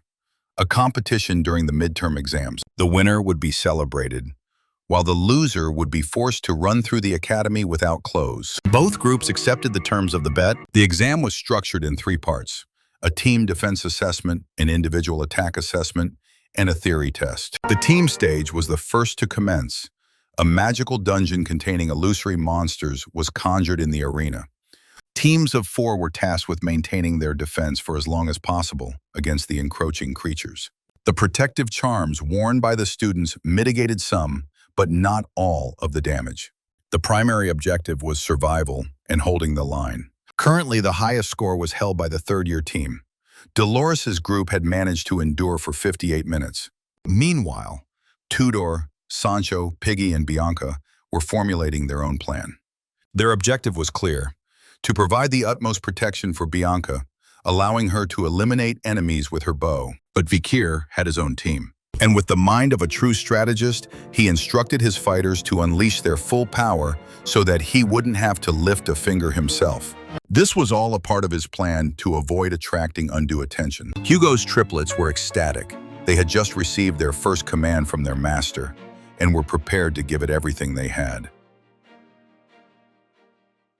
Grenny's team held a significant advantage. They had shrewdly planned to utilize Sinclair's abilities to secure the top spot among all first-year students. At last, the long-awaited exams began. The freshmen strode into the arena and the spectacle was about to unfold. Grenouille and his squad were the first to enter the arena. Sinclair immediately began to stand out, her actions precise, confident, and efficient. Vikir watched with keen interest as she operated within her team. He now understood why she was considered the top student, but a question nagged at him. Why had he never heard of her in his past life? Their team held out for 19 minutes and 55 seconds in the arena, establishing a new record. Grenouille was already celebrating his victory in advance, picturing his opponents parading around the academy in the buff. Next up were Vikir and the Baskerville triplets. His friends offered him luck, but the three of them were already in a warlike state of mind. Bianca immediately noticed Vikir's skillful handling of the bow. Piggy couldn't help but declare that he was the most talented archer in the ice squad. And true to his word, the arrows flew with incredible speed. Bianca even felt a strange sensation, as if something was not quite right with the whole situation. Vikir's body was holding back, despite its eagerness to display its true power. The young man had no desire to draw attention to himself. He decided, however, to use this opportunity for little Madam. Having learned that poisonous ants would be among the monsters, he knew the spider was in for a magnificent meal. He was not wrong. She immediately began to feast, right in the heart of the arena. As a result, their time was an exact match for Grenouille's teams. The triplets were nearly voicing their disappointment at not being able to secure first place for their master. In the meantime, Tudor's team took their turn in the arena. Their strategy was unambiguous: to hold out for as long as possible while all the others were losing ground. Tudor and Sancho held the front lines. Bianca offered support from the rear, while Piggy directed the situation, issuing commands like a seasoned general. Despite their seamless teamwork, however, there was a sense that something was missing. The young man knew at once that his spider was not with them. Meanwhile, little Madam was perched right in the center of the battlefield, and she was placidly consuming the poison in a state of perfect contentment. The young man quickly surmised that the spider had entered the arena on its own after their exam had concluded, and it seemed to have grown a bit larger. The hero, however, could do nothing to alter the course of events. The other group's battle had already begun. All he could do was hope that everything would proceed without any major catastrophes. Fortunately, Tudor's team performed magnificently. Under Piggy's direction, their attacks were precise and efficient, with no wasted energy. The boy was beaming with happiness, not just because he wasn't a liability, but because he was actively contributing to their success. And with such a well-coordinated team, a new record seemed well within their grasp. The outcome was yet another tie, 19 minutes and 55 seconds. The most important result, however, was that the wager was still active and no one would be forced to walk around the academy unclothed. Dolores was content. The club had not let her down. Abruptly, the system announced the beginning of a second round. Everyone was frozen in place. No one had anticipated a continuation of the exam. The monsters renewed their assault on the students. Sancho and Tudor understood immediately that the protective magic was no longer in effect. Every blow was now real. They had only one recourse: to hold out until the upperclassmen could intervene. Meanwhile, a state of panic had broken out in the control room. Dolores hurried to the professors, but they simply dismissed her. Without Professor Sadie, they were helpless, and she should have been forgiven by now. Vikir overheard this exchange and immediately grasped the severity of the situation. Furthermore, the poisonous fog had already enveloped the arena. Any delay would mean there would be no one left to rescue. He then noticed the narrow ventilation passages, the ones used to circulate air. With some effort, it would be possible to climb up there. And within the arena, the situation was grim. Piggy had lost consciousness. and a massive monster was advancing on Tudor, Bianca, and Sancho. Bianca had already resigned herself to her fate, unable to believe that her life would end in such a way in the middle of a training exercise. But then there was a powerful impact. Someone had charged forward and collided with the monster. Bianca could not believe what she was seeing. Where had he come from? And Vicar calmly assured them that they would be unharmed. The Baskerville family's creed was simple. Beasts that refuse to be tamed must be destroyed. Little Madame would be disciplined by Vicar later, but for now, her task was to consume all the poison and shield the others. In the meantime, the hero himself went to confront the monsters. However, all the students' vital signs and combat abilities were being monitored under the dome. Consequently, Vicar had to conceal his true identity as a swordsman, and this did not pose a problem for him. A few well-placed shots, a couple of powerful strikes, and not even a trace of the monster ants remained. The only threat that persisted was the ant general. Its power was on an entirely different scale, so its destruction was a necessity. Meanwhile, the professors had already confirmed that all the students were safe and that the main monster had been eliminated. One of the professors who held a grudge against Vicar was utterly astounded. No student at the academy had ever managed to defeat the ant general. And at last, Professor Sadie was found. It turned out the incorrigible woman had simply gotten drunk at a bar and picked a fight. After that, the situation was quickly brought under control. And the center of everyone's attention was none other than the protagonist himself. Dolores was amazed. To evade unwanted questions, Vicar simply feigned unconsciousness. This, however, did not deter the media. The newspapers immediately ran articles about the new freshman star. Everyone wanted to know the identity of this mysterious heartthrob. The protagonist could never have imagined that his quiet student life would escalate into such a major headache. The most important thing, however, was that all the heroes had survived. Soon it was time for another intelligence update from Cindy. She succinctly covered the main developments. It would take her a month to investigate the elite corpses, which meant Vicar needed to enhance his skills without delay. Nighthound impersonators had also surfaced, and if they crossed the line, they would have to be neutralized. Another fascinating detail was that among the Academy's student body, there was an individual of royal descent. This piece of information could prove to be extremely valuable. Suddenly, a phrase was heard, female voice. Sinclair had not anticipated meeting the hero of the Academy in such a location and at such a time. This, it seemed, was what one would call destiny. Sinclair was a true prodigy, effortlessly maintaining her second-place ranking in the fire squad. But Vicar could not fathom what she was doing on the roof at this hour. As it turned out, she went there when she was feeling down, just to watch the stars. She even confessed to being worried, wondering if she would see him again next time. And interestingly, this girl was also hiding something. Before he had traveled back in time, she had seemed like an ordinary, unassuming person. But after her time at the academy, she had vanished completely from the public eye, severing all contact with the world. If she had merely been feigning simplicity, then it followed that she was the royal individual Cindy had mentioned. In the meantime, the next exam commenced at the academy. This one focused on offense. In contrast to the defense test, this one evaluated individual combat abilities. The format was a one-on-one duel between a student and a professor, designed to give students the experience of a real battle against a significantly stronger adversary. This method had one constraint. Each professor could only assess 50 students. Consequently, the results were heavily influenced by the style and preferences of the specific instructor. Tudor and Bianca performed exceptionally well. Even if Grenouille and Tudor achieved the same score, the descendant of the Leviathan clan was clearly more advanced than Don Quixote in theoretical knowledge. Bianca attempted to soothe her friend, pointing out that they were fortunate. Their examiner was Professor Morgue. Most students, however, would be assigned to Professor Sadie. This woman had a reputation as an eccentric drunkard, whom even the upperclassmen made a point to avoid. At the same time, she was one of the most effective hunters of dangerous criminals. And it was for this that she had been awarded the title of professor. Tutors sincerely hoped that their strong and gifted friends would not be harmed. Bianca's concern was justified.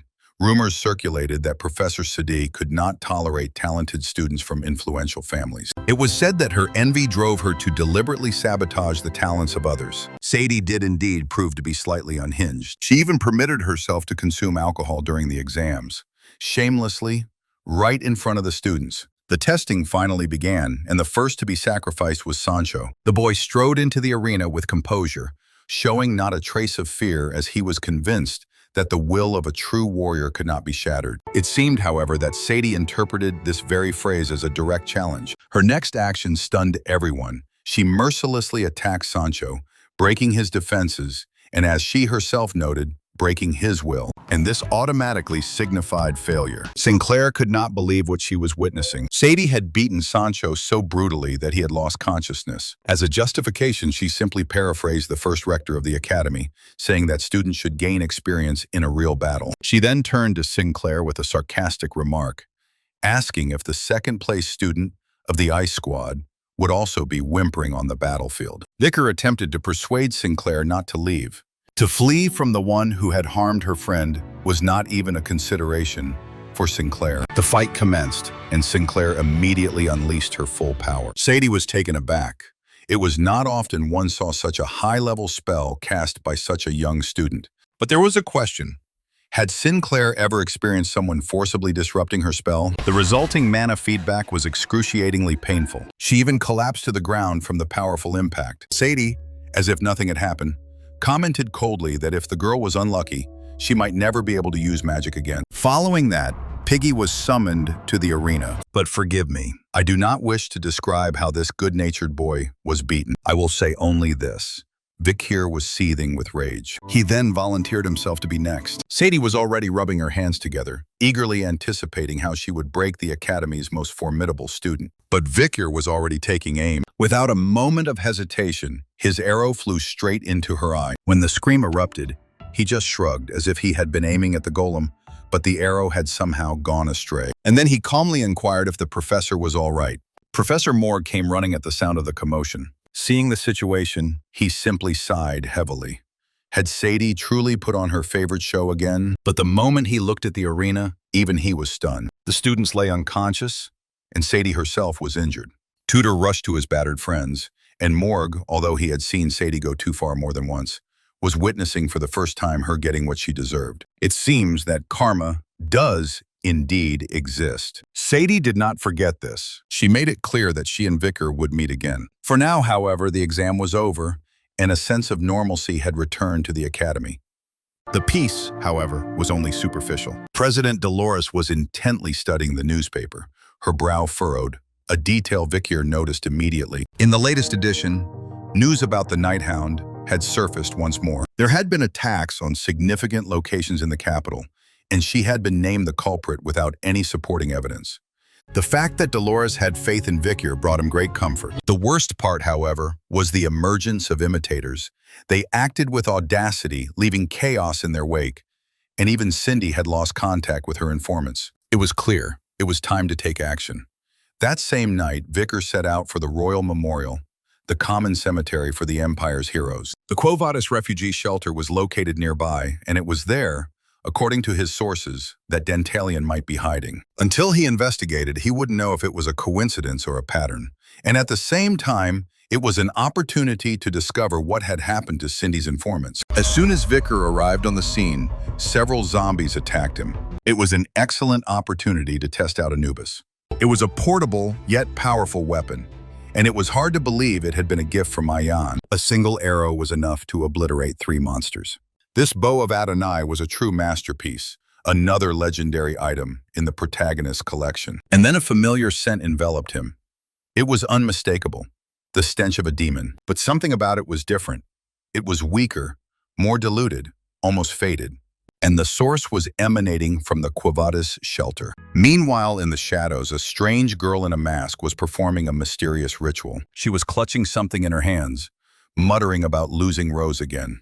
The cursed Dantalion had taken everything from her once more, but this time she swore she would never again allow anyone to take her loved ones away. The girl with fiery red hair looked pleased. She had finally managed to use Ciri's ability to find what you desire most. And Rose, whom she had been searching for so long, was now here, unlike another person. But while it may seem to you that nothing is clear, this is the culmination of the whole story. Unexpectedly, Vic here intervened. His voice sliced sharply through the silence, demanding that no one move. He just needed answers. With each passing second, it became clearer.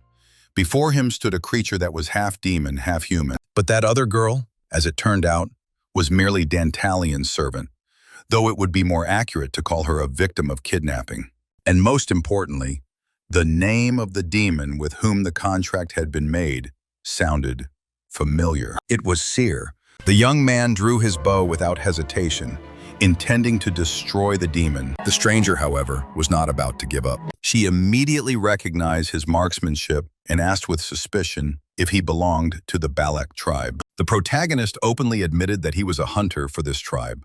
In response, the girl screamed about a certain night, about revenge, and vowed to kill the barbarian. But the closer Vicar got, the more strongly he felt that the scent emanating from her was human. And it was at this moment that she caught him. She fired a spike directly into his body. A triumphant smile appeared on her face. It was short-lived, however, as Vicar instantly healed his wounds. And then, as if from nowhere, a huge monster materialized in front of him. But even this was not a problem. The basketball technique easily destroyed it. The girl recognized this maneuver. She screamed, begging him to stop. But the forces had already converged. And in an instant, a deafening explosion engulfed everything. And it was she had survived, but just barely. Her voice was almost inaudible as she pleaded with him not to leave her. The young man, stunned, asked what had driven her to make a contract with a demon. But even behind every death, there is always someone's story.